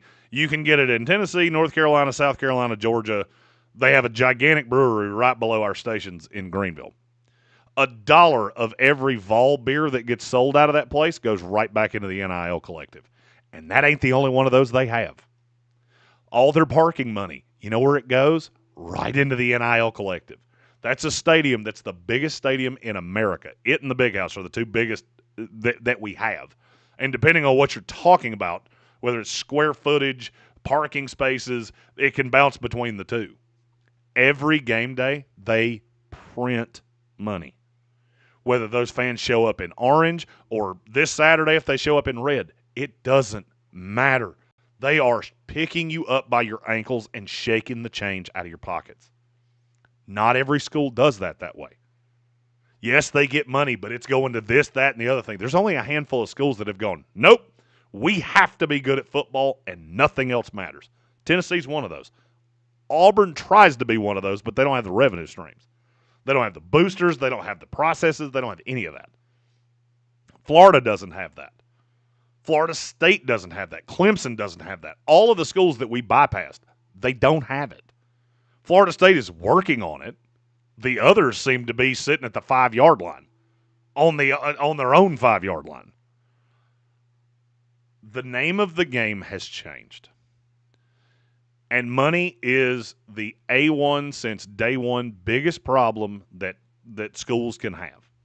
You get to the Appalachian states, the coastal Carolinas, anybody that's in the Sun Belt, the AAC, they do not have money to year in, year out compete with what these other schools have. But there's even a tier of that money. Who's doing it right? Who has the processes in place to keep printing money? Versus who's sitting on a mountain of coins like Scrooge McDuck, hoping that they appreciate in value, and they won't. That's why Texas A&M, to me, it's good. It ain't that good. It ain't that good. Because that oil money, I'm not getting political here, but that oil money ain't going to keep being as good as it is forever. It's good, but it's also very, very fickle. You have a couple bad years, and all of a sudden, what gets cut off your coffers? Texas A&M. I got to keep the company in business to go drill 100 more wells, or I can donate to Texas A&M. Which one do you think is going to get cut? And with regulations and things like that, there's a reason that Texas is moving away from oil money and getting into different sets of private equity. There's a reason for that. That was a big rant, basically to say, look, just because your team wasn't in that 12 Red Sea, Florida's not a bad job. It just hasn't figured out how to play the game yet. Mm-hmm. And that's what every Power 4 school should be doing right now. How is Texas Tech handling this? How are any of these schools, Vanderbilt, these schools that have come out of nowhere, how are they raising their money? Where is it coming from? And it shouldn't shock you that in the top 25 right now, you have Texas Tech that's in pretty sweet little triangle of very wealthy cities in Texas, Vanderbilt that's in Nashville, Tennessee, Georgia Tech that's in Atlanta. Those are all real big cities that have real deep pockets. And they love to have something to do on Saturdays. It's not a coincidence. Brent Key's a really good coach. Clark Lee's a really good coach. They probably both would have been gone by now if the processes at Georgia Tech and Vanderbilt and Texas Tech weren't where they are. And that's what I would caution to an Auburn, to a Florida, Penn State, Florida State, Miami, any of these schools that you look at and go, man, you just don't look the same as these high-end Ohio States, Ole Miss, Alabama. You better get it right because they've got it right and they're perfecting it every single year.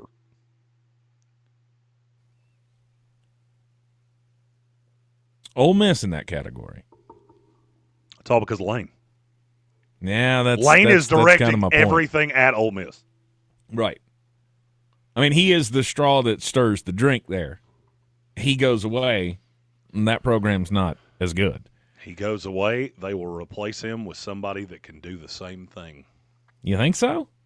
I don't think he's going away. I think he has an autonomy that very few coaches in college football have. He gets what he wants, when he wants it, and nobody ever pushes back. Mm-hmm. It's what Jimbo Fisher wanted at Florida State. It's why he went to Texas A&M. Because he thought he would get it there. He didn't. I'm telling you, this idea that Lane Kiffin's just, the first job I can take to get out of Oxford, that's not how he feels. No. He would only leave for a better program. LSU's a better program. LSU is a better program. LSU also may not give him what he wants. It ain't just being a better program. Ohio State was a better program for a long time. Mm-hmm. Didn't always get the best coaches. They were good. Give him a chance to have more control over his daughter's boyfriend. I find that very funny. That relationship is. I don't think that's going to change his mind one way or the other. That he could end up being the coach of Whit Weeks. We have a really good. We have a good question in the chat before we get out of here. Okay. From Victor Shelton that said, Jeremy, how will 9 SEC games change things going forward? Money, NIL, etc.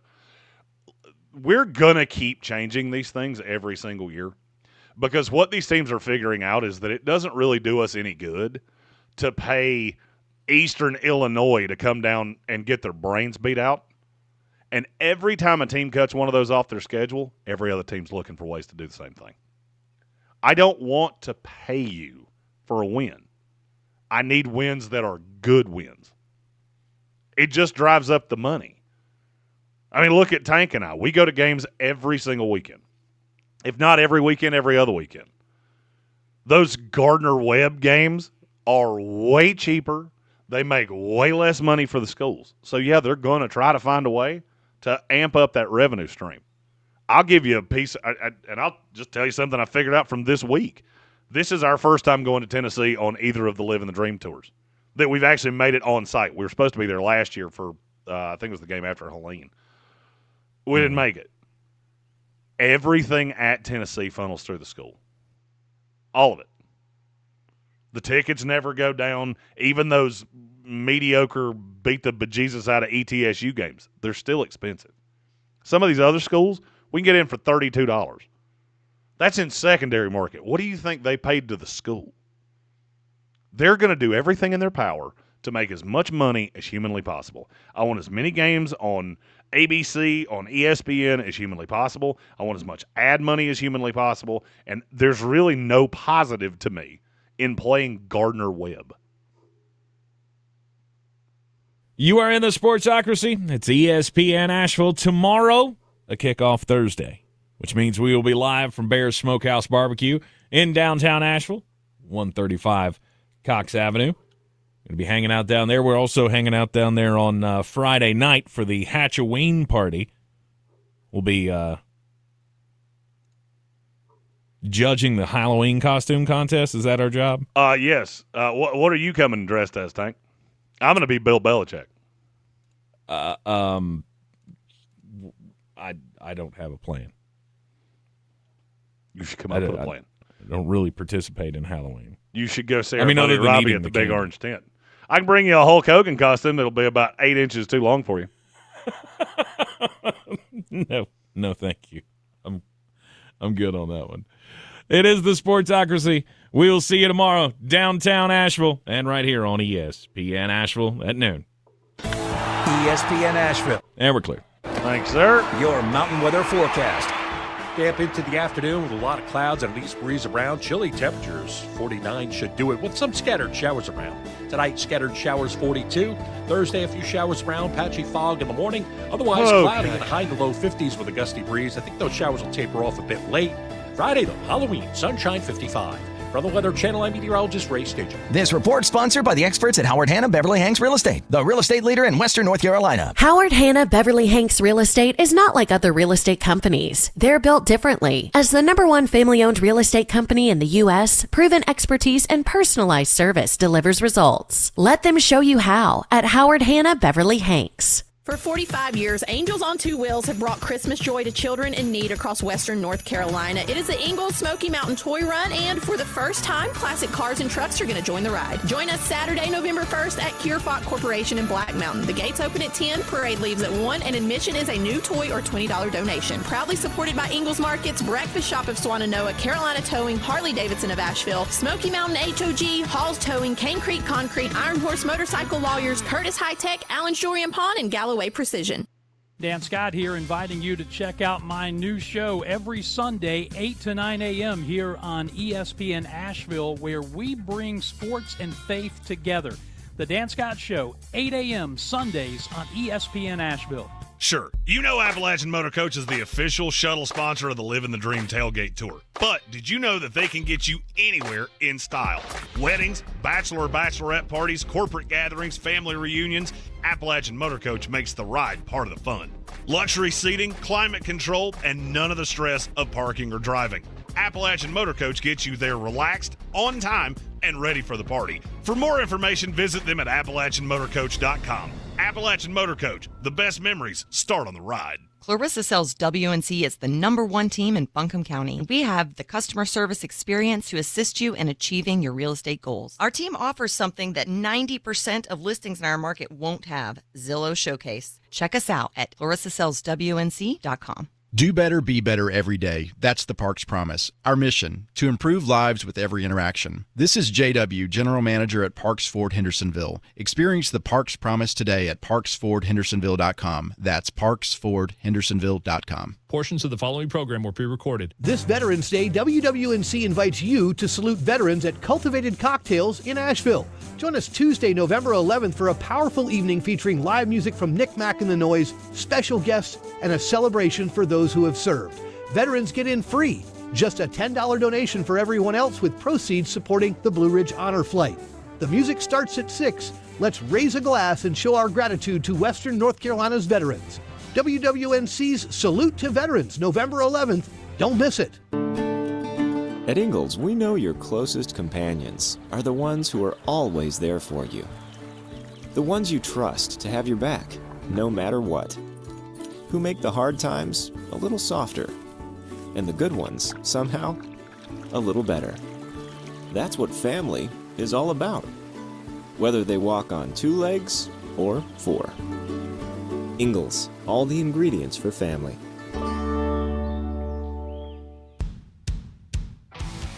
This is Carolina football.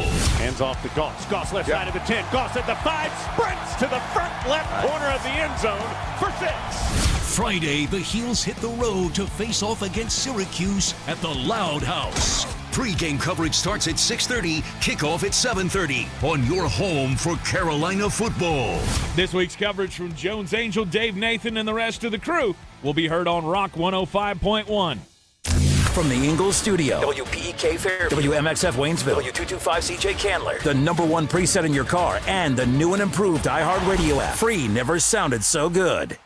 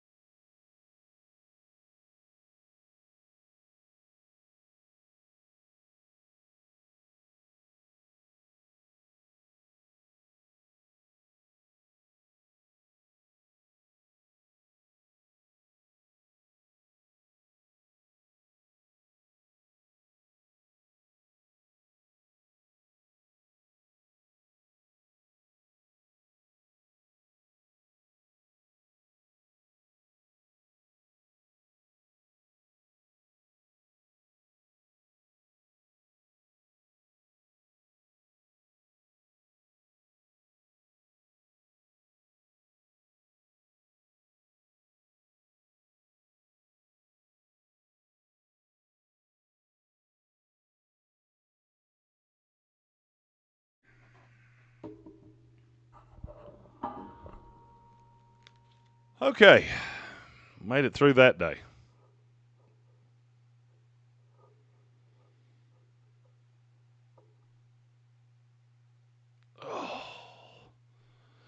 All right, I'll get everything set up for tomorrow. Can you bring the 2 cameras out of the studio tomorrow?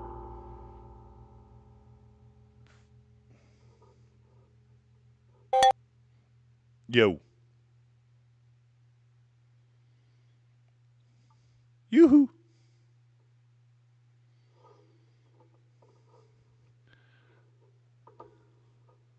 Yoo-hoo.